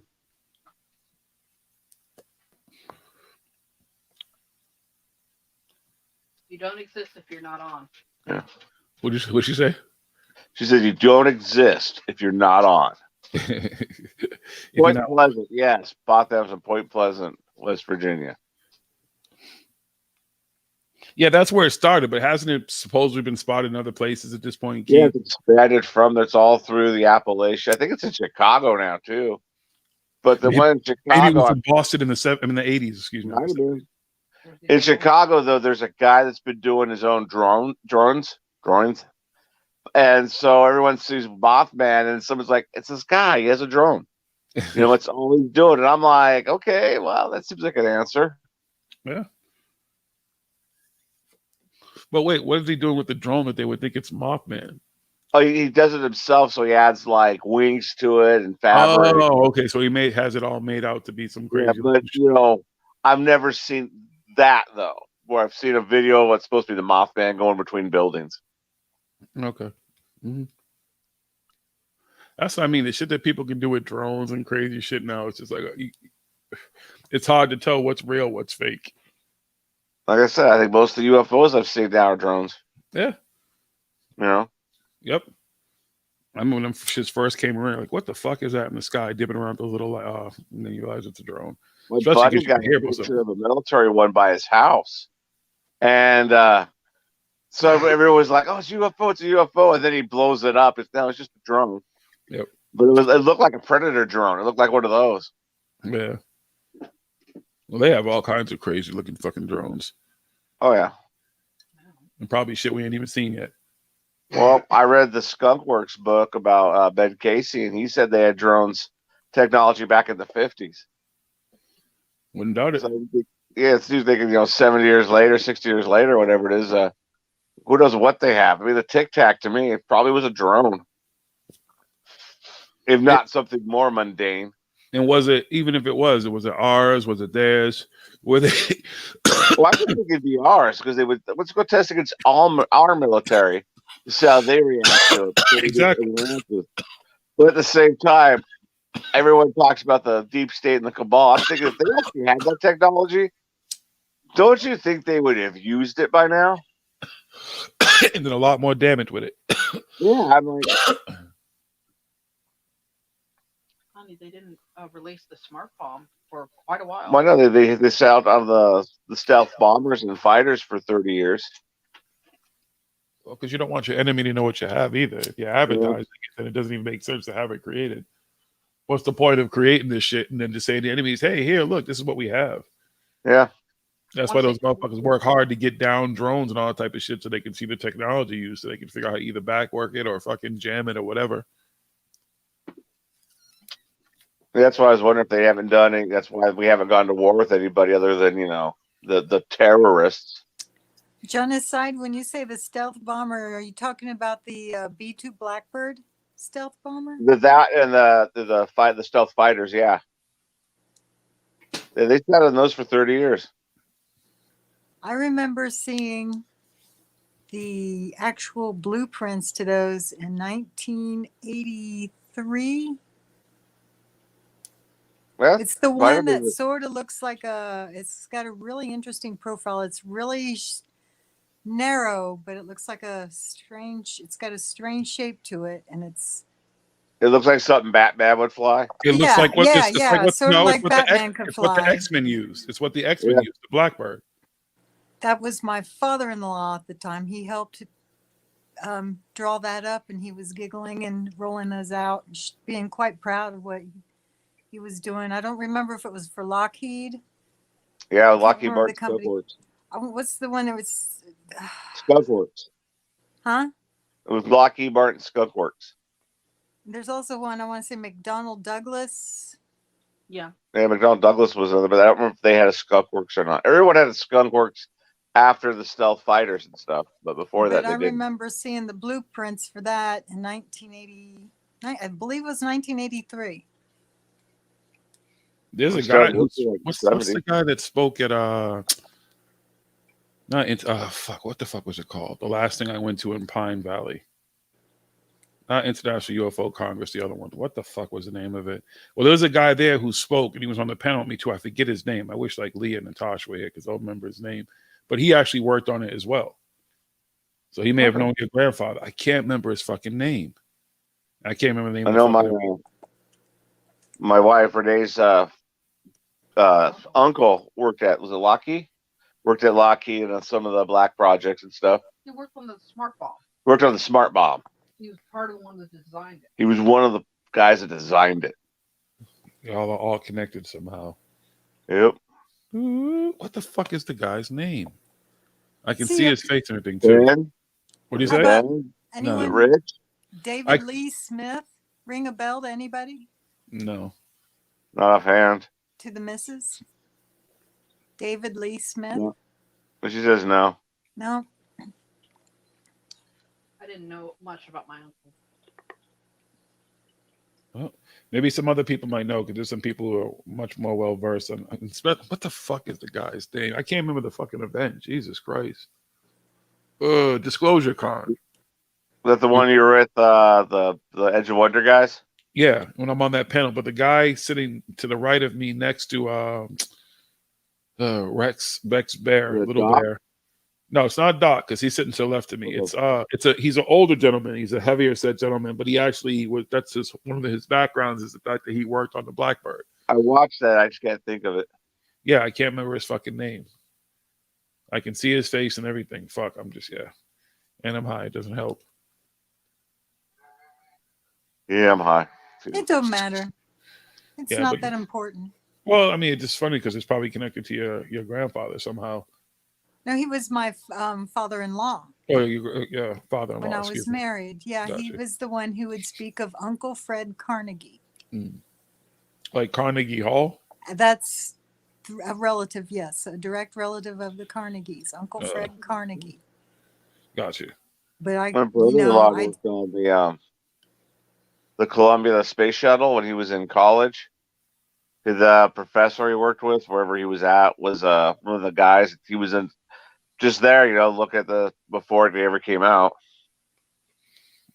And he worked in the aerospace industry for a while. His company finally went under, but don't ask me his company name. I don't remember.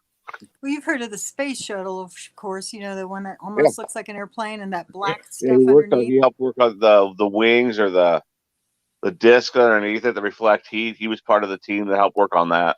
Right. That's called he should recognize this term, ceramic engineer.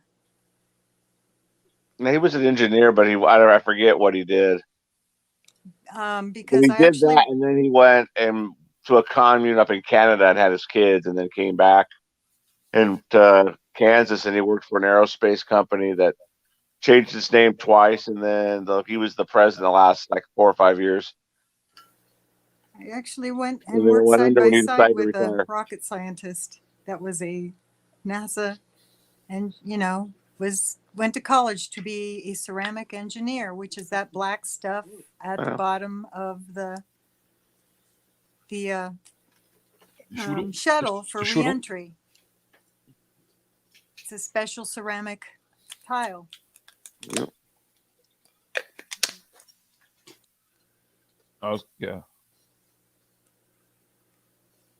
All I remember is the tragic incident of '86. Yeah. I know where I was at. I know what I was doing. I was in ninth grade, and I forget what class I was in, but we were watching on TV. I was working. And then they turned it off. I was working. I was working when 9/11 happened. I was asleep when 9/11. I got woke up to watch the second plane hit. I got woke up to watch the shit after everything started with the first one. I had worked the night before. In fact, that weekend, I used to do this event called First Fridays. And the hotel that they did it, I think it's the Westin Hotel in Boston, is where those motherfuckers were staying that weekend, supposedly. I was walking through the break room when I saw, because I was on TV and they have TVs right through the break room, and there was hardly no one in there. I was walking. At first, I thought it was a TV show. It wasn't the news. I thought it was just some maybe, advert for, a movie trailer. It wasn't a movie trailer. It was real life. Yeah, I was woken up saying, we're under attack. And I just thought, another embassy. And I came out and I'm like, oh, shit. It's early in the morning. I got the phone call. Do you see what's going on? No. Well, you might want to wake up. And when I woke up, and I don't remember going to sleep for like 48 hours just watching, because I just kept waiting for the other shoe to drop. It just seemed like more shit was coming. Like everything was so tense. It was just such a weird time. James, if he was going to have to be shipped out, was there? Yeah. Yeah, but he lied. Yeah, Ari thought he was dead. There's certain times in history you just remember where you were at, what you were doing, everything. And it's what's going to be the 20th anniversary this year. Yep. Yeah, exactly. It seems like it doesn't even seem like it's been 20 years. No, it doesn't. Nope. That's because a couple of years ago it was 1997 or something, you know. And it's funny too, because I think about that in my lifetime, like, you know, especially after the pandemic, how eerie the pandemic was when there was nobody on the streets and stuff, and they really weren't planes because no one was flying, nothing. And the only other time in my history that I can remember anything being close was 9/11, because I remember going out for days and just like wanting to hear a plane. And I used to hate all the fucking air traffic because there's crazy air traffic around here. But I was like, damn, like, where's the planes? The only thing you would see was military shit. Yeah, I mean, crazy. Like, that was it. But it was nothing else. There was no commercial flights. It just was like, wow, like, is this ever? Well, I was driving taxi, so I remember being like driving up to the military base, you know, PSNS, and okay, cargo, where you going? Pier Bravo. All right, and you just drive down to Pier Bravo to being not be able to go on base, and then being searched, getting out, and then walking a beer and dogs around the car every time you went on base, dropping people off. And then that summer, everyone was gone. There was no one in the bases. We were starving, you know. Yep. War.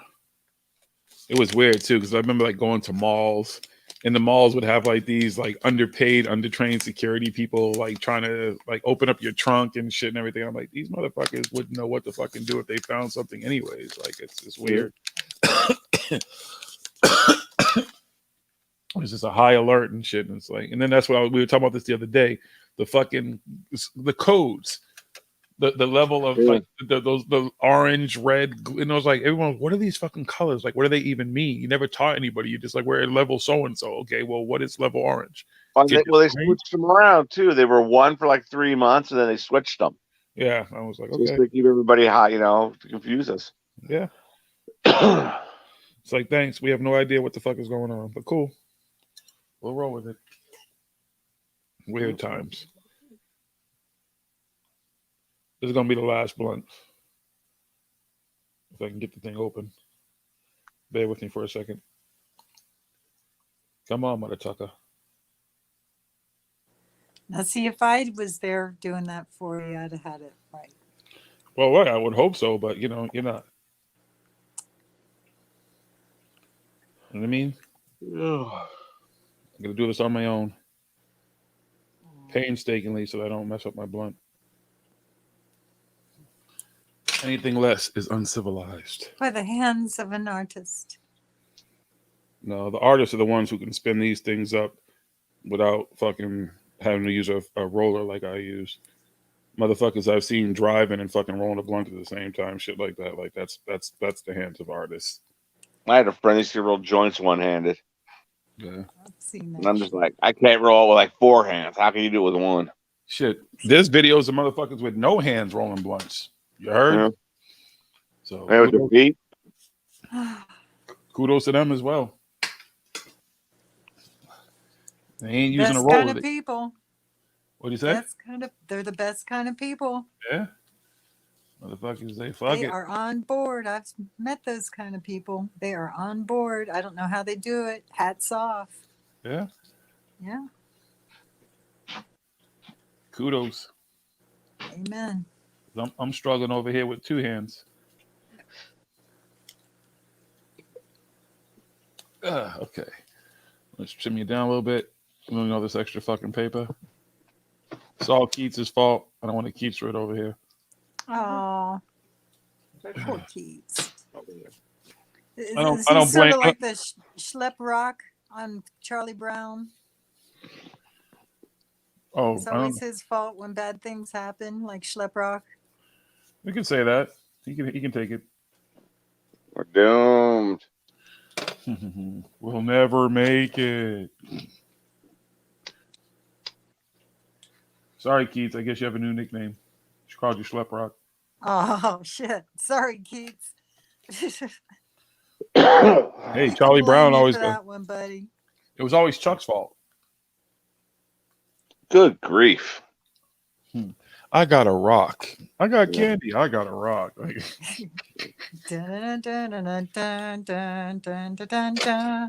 Treated you like shit in your own cartoon. Although the black kid, he never got to sit at the table. He had to sit on his own side. They kept him at a distance. He You wasn't know allowed to do it. that when he introduced that character, they said, the Southern news aren't going to print you. He goes, then they don't print me. Fuck them. I was like, right on, because I forget what year he came out in the comics. I think it was the late 60s. Yeah, I don't know what year, but yeah, hey. They gave him a seat at the table. He just wasn't allowed to sit with everybody else. They're like, we're going to put you in here. You just can't sit with everybody else. Even Pigpen wouldn't sit next to him. Shit, the black players in fucking professional sports who couldn't share the same locker rooms and share fucking showers and shit. Oh, we've come such a far way, haven't we? No, I like so Ron Simmons is considered the first professional wrestling black world champion. Mm-hmm. And when he wins the belt, which they were going to put it on him, he as a wrestler, he'd earned it. But everyone that came out of the locker room was all the white guys. None of the other black guys came out. They was on the shoulders of the white guys, and I was just like, it just doesn't seem right to me. Yeah. Breaking the color barrier. Cheers to those who were able to do that. Yeah. Yeah. And people getting over stupid shit. It's much more fun when everybody can compete. When it's a level playing field on some level. Excuse me as I seal my blunt. Oh, it's got a couple bitch ass veins in it. That's the only benefit. Sometimes these don't have veins in them, sometimes they do, but that's the benefit to the actual frontal leaf. That's what she said. Is it? Really? What'd she say? Man, she talks a lot. Sometimes it has veins and sometimes it doesn't have veins. Sometimes it has a big old vein, huh? It's ribbed for her pleasure. Wait, we talking about the condoms? What? No, the Her vein in the little wrap there. A vein in a wrap. Yeah, the vein in your wrap. That's ribbed for her pleasure? It's ribbed for her pleasure. But where your veins are ribbed? What? I don't know if this is ribbed for her pleasure, maybe smoking it, but Yeah. I've never put one inside of, no. In case it's just a little too warm, she can. I've blown some smoke in a vagina before. Yeah, how'd that work out? I don't know if the pussy got high enough off of that, but it got high. I was going to say if it coughed and complained, I was going to. No, I told you. I've seen vaginas do some incredible things, champagne bottles, all kinds of shit. So hey, Ping pong. I'm You just ever see thinking it if you shoot blow ping smoke pong at it, balls? hope it doesn't get cotton mouth. I've seen that too. I've seen smoke a blunt, smoke cigarettes, all kinds of shit. So Yeah, I used to watch HBO's Real Sex. I've seen that too. With the ping pong ball? No, I've seen it firsthand. Like I said, I've done I've not seen it firsthand. I've seen ping pong balls firsthand. I've seen champagne shoot out of them, all kinds of shit. Like I have seen some artists when it comes to that before. Wow. And a lot of it at work. Like I said, a lot of it was work related. Hey, give it all you got. Pop that pussy. Pop that pussy. Sorry. Shake what your mama gave you. Or what the doctor told you. Yeah, shake it like it's paid for. Mm-hmm. Drop it like it's hot. Yeah, there really are some talented strippers though. Like they ain't just sitting up there like, yeah, let me show you some titties. And like they work that pole. They get up. Oh my jeez. I love watching the pole dancing. Yeah, there's some chicks that could do some crazy shit on them poles. Like kudos to them. I guess if you're gonna do it, make art of it. Guys can defy gravity on them poles too. I don't It's a watch girl's them. game. I've never seen. The only time I've ever seen acrobatic dudes is at the circus. That's it for me. Okay, not no strippers. Shoot, like Nasdaq's last video, he's doing a pole thing. Oh God. Montero. Who's I the still what to haven't wear? watched it. You said who to what to wear? Nasdaq's. Oh yeah, no. I Little don't- Nasdaq's. His last video, Montero, he's doing a pole thing, pole dance thing. He's doing slap dances. Yeah. Kill I singing. don't know. I personally like it, but you know, Okay. teach his own. I enjoy his stuff. I haven't seen him. I like Panini. I love his videos. Rodeo is one of my favorites. Well, I'll put it to you like this.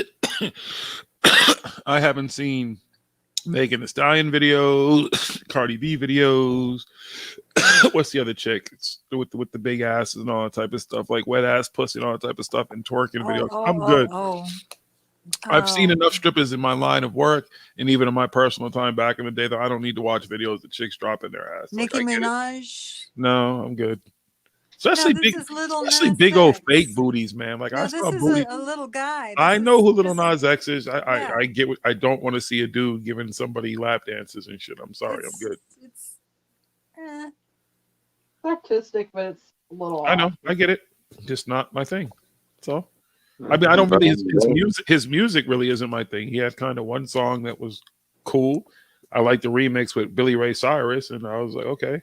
That's Old Town Road. Right, exactly. That's about all I know. Have you listened to Rodeo? Okay. As I just said, that's the only thing I've ever heard from this kid. I don't know anything else. I was learning for this because one of the wrestlers, that was his theme song to come out. My daughter showed me the video. It's not just him. Like again, like all these new rappers and artists and stuff. Like I remember, I won't say who it was, but made me listen to Tekashi 6ix9ine.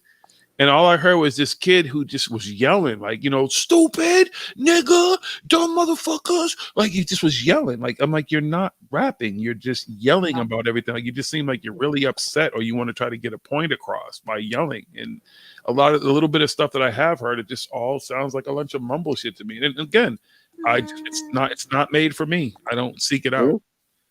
I think you would like if I was there in Boston, I'd be sitting down forcing you to listen to Rodeo. I think you would thank me for it. Listen, you it's can nice try. and smooth. It's smooth and You can velvety. try. Like, oh my gosh, it's such a nice. But it's not also, bad. but see, it's also lyric based for me. It's not even just the beats and the sound and the groove. It's also lyric based for me. Like if you're not talking about something that I give a fuck about, I don't want to hear you rap about random shit. It's sort of commercially in terms of lyrics. You know, he's talking Exactly. about having girls and cars, yada yada yada. Yeah, yeah, but exactly. Yada it's yada got a- yada. you know, it's still very nice. It isn't a bunch of screaming. It's got a nice beat. It's catchy. I like it. It keeps your attention. If you say so. Oh, it kept my attention. Okay. I'm just like I said, most modern rap just isn't for me. They don't write it for me. Like little everything, I haven't heard little or much. I was just saying earlier, I did security for all these various artists. Some of them I knew, but most of the older guys, but the younger ones who are all real popular, I didn't. Okay, if you say so. You like Skrillex?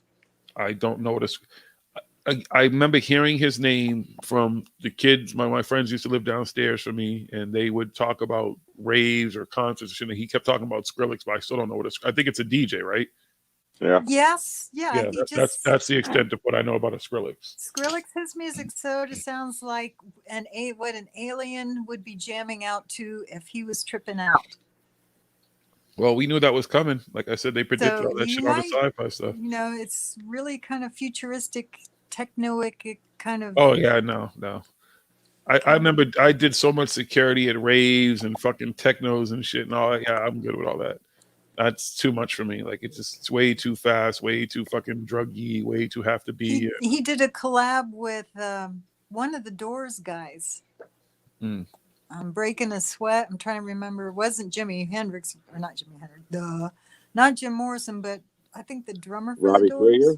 Krieger? Maybe. Well, some Robbie Hollis was Herbert in the chat, he said the Transformers having sex is what Skrillex sounds like. There you go. Yeah, that's pretty close. That sounds about right. I'm good with that. I can see that. Yeah. That doesn't sound entertaining to me whatsoever. I can confirm that. Yeah, but I actually like Skrillex too. So you know. Yeah, some things are just out of my wheelhouse. Like some things I just don't have any interest in. I've got a very eclectic taste. Very eclectic taste. I like a little bit of everything. Motherfuckers always trying to get me to go to some festival, some dance and music festival. I'm like, I don't want to be stuck at some place for a day or two, listening to some shit surrounded by a bunch of kids. Like that's just not entertaining for me. It's not watching them all drugged out. And I understand like there's a lot of psychedelics and stuff. I'm cool with psychedelics. I just don't want to do psychedelics with a bunch of children. That this does not sound fun or entertaining. Listen to a bunch of music I can't stand. Yeah, then you start looking like the creepy uncle anyway. Right. Like if I could go to something like Woodstock and do some shrooms or some shit, whatever, I'm good with that. That Yeah, a then music you'd be the festival young like pup that. there. Yeah. The first Lollapalooza, I dropped acid when I went. Yeah. No. Where? It was a very good time. The most I've done at a concert is smoke some weed. I I smoked. dropped acid and watched Slayer playing on a Halloween night in '86 from the Rain and Blood tour. Renee, you asking me if I like Trinidad James? No, Six Drops. Six Drop. If I like who? What was that fucking song he was popular for? I don't know yet. It's thick. What'd she say? Thick? The what? What did you say? It's She's thick? I don't know if that's it.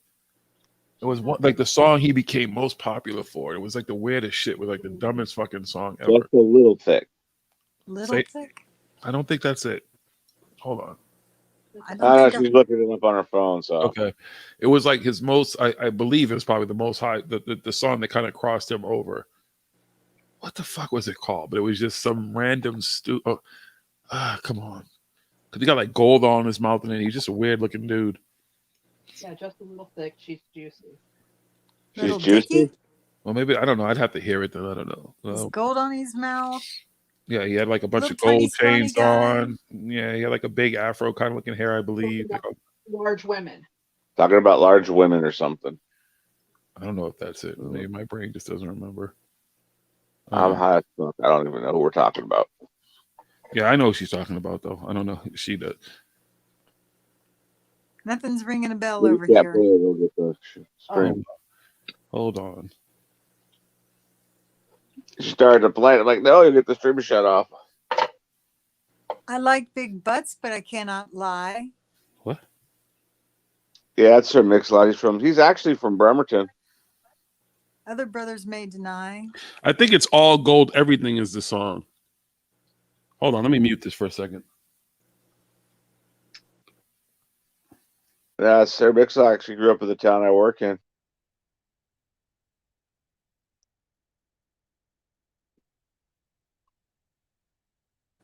I wonder if Missy Elliott always seems like a real sweetheart. I wonder, has anyone ever met her in real life? I haven't, but She seems like she'd be a sweetheart. I'd like to try to one She's day. not. What a heartbreaker. I'm not saying she's an asshole. I'll just say that I feel like she was just more focused on. She just seemed like she wanted to get in and get out. Oh. You know, some celebrities. I mean, it could have been in her scheduling, everything. I didn't have enough time or understanding of what was going on with her. You know, some celebrities are just they're in and out people, like they want to get. And I can understand if you're doing a tour, you probably got someplace you need to be, so you got to get out and not necessarily there to sign autographs. You're just there to perform and beat it. So that could have been the case. Because I'm trying to remember if she was on tour or something, how she ended up here. Because it was the original Hard Rock Cafe, Boston. So, no. I wouldn't say she's an asshole. Like I said again, it was just more, I'm in, I perform, good night, goodbye. Did you find that song about the Yeah, it's all gold everything is the name of the song. All Gold Everything. See, Yeah, that's Trinidad not ringing a James. bell to me. Now I know who Marshmello is. I like some of Marshmello's stuff. I don't know what a marshmallow is. That's more of that techno stuff. So do you like Lords of Acid then? Is that a song or? That's a band, Lords of Acid. I don't know if I've heard them yet. Go check them out. Lords of Acid. You'll like them. Okay, They're at their first 2 albums, I think. I might. I'm pretty open-minded when it comes to music. I don't know who they are. I'm sorry. I just looked them up. They're a techno band fronted by a female singer that very sexualized. Really good music though. Saw them live. The missus might know then something called Techniculta Flesh. Something like that. I think it's called Techniculta Flesh. Anyway, they're the ones that wear like the face mask, and they'll have the crinoline hair with their dreads, and they'll wear the real puffy things like socks, and they do the dance. They're sort of the goth, like the techno goth kind of. She's looking it up. Yeah, Smoke King knows. She's looking it up. See, I even like them. There's one song they do. They breed like fucking rats. I can't think of the song though, but they breed like fucking rats. No, I'm easily amused. So. What was the name again? Something like Technicult Flesh of Technicult Flesh. Probably Smoking knows right off the bat. Probably Smoking's more accurate than I could be.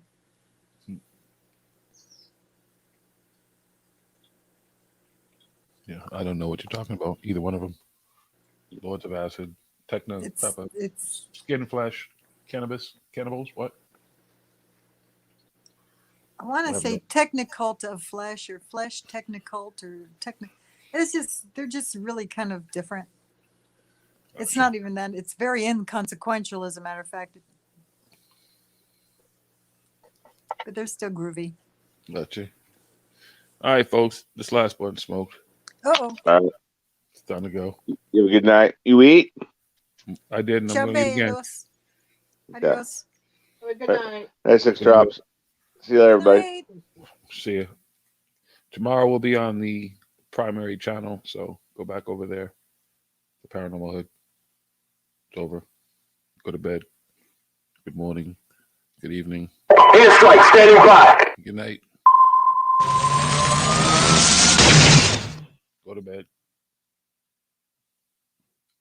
Or stay up. It might be morning where you are. Might even be afternoon.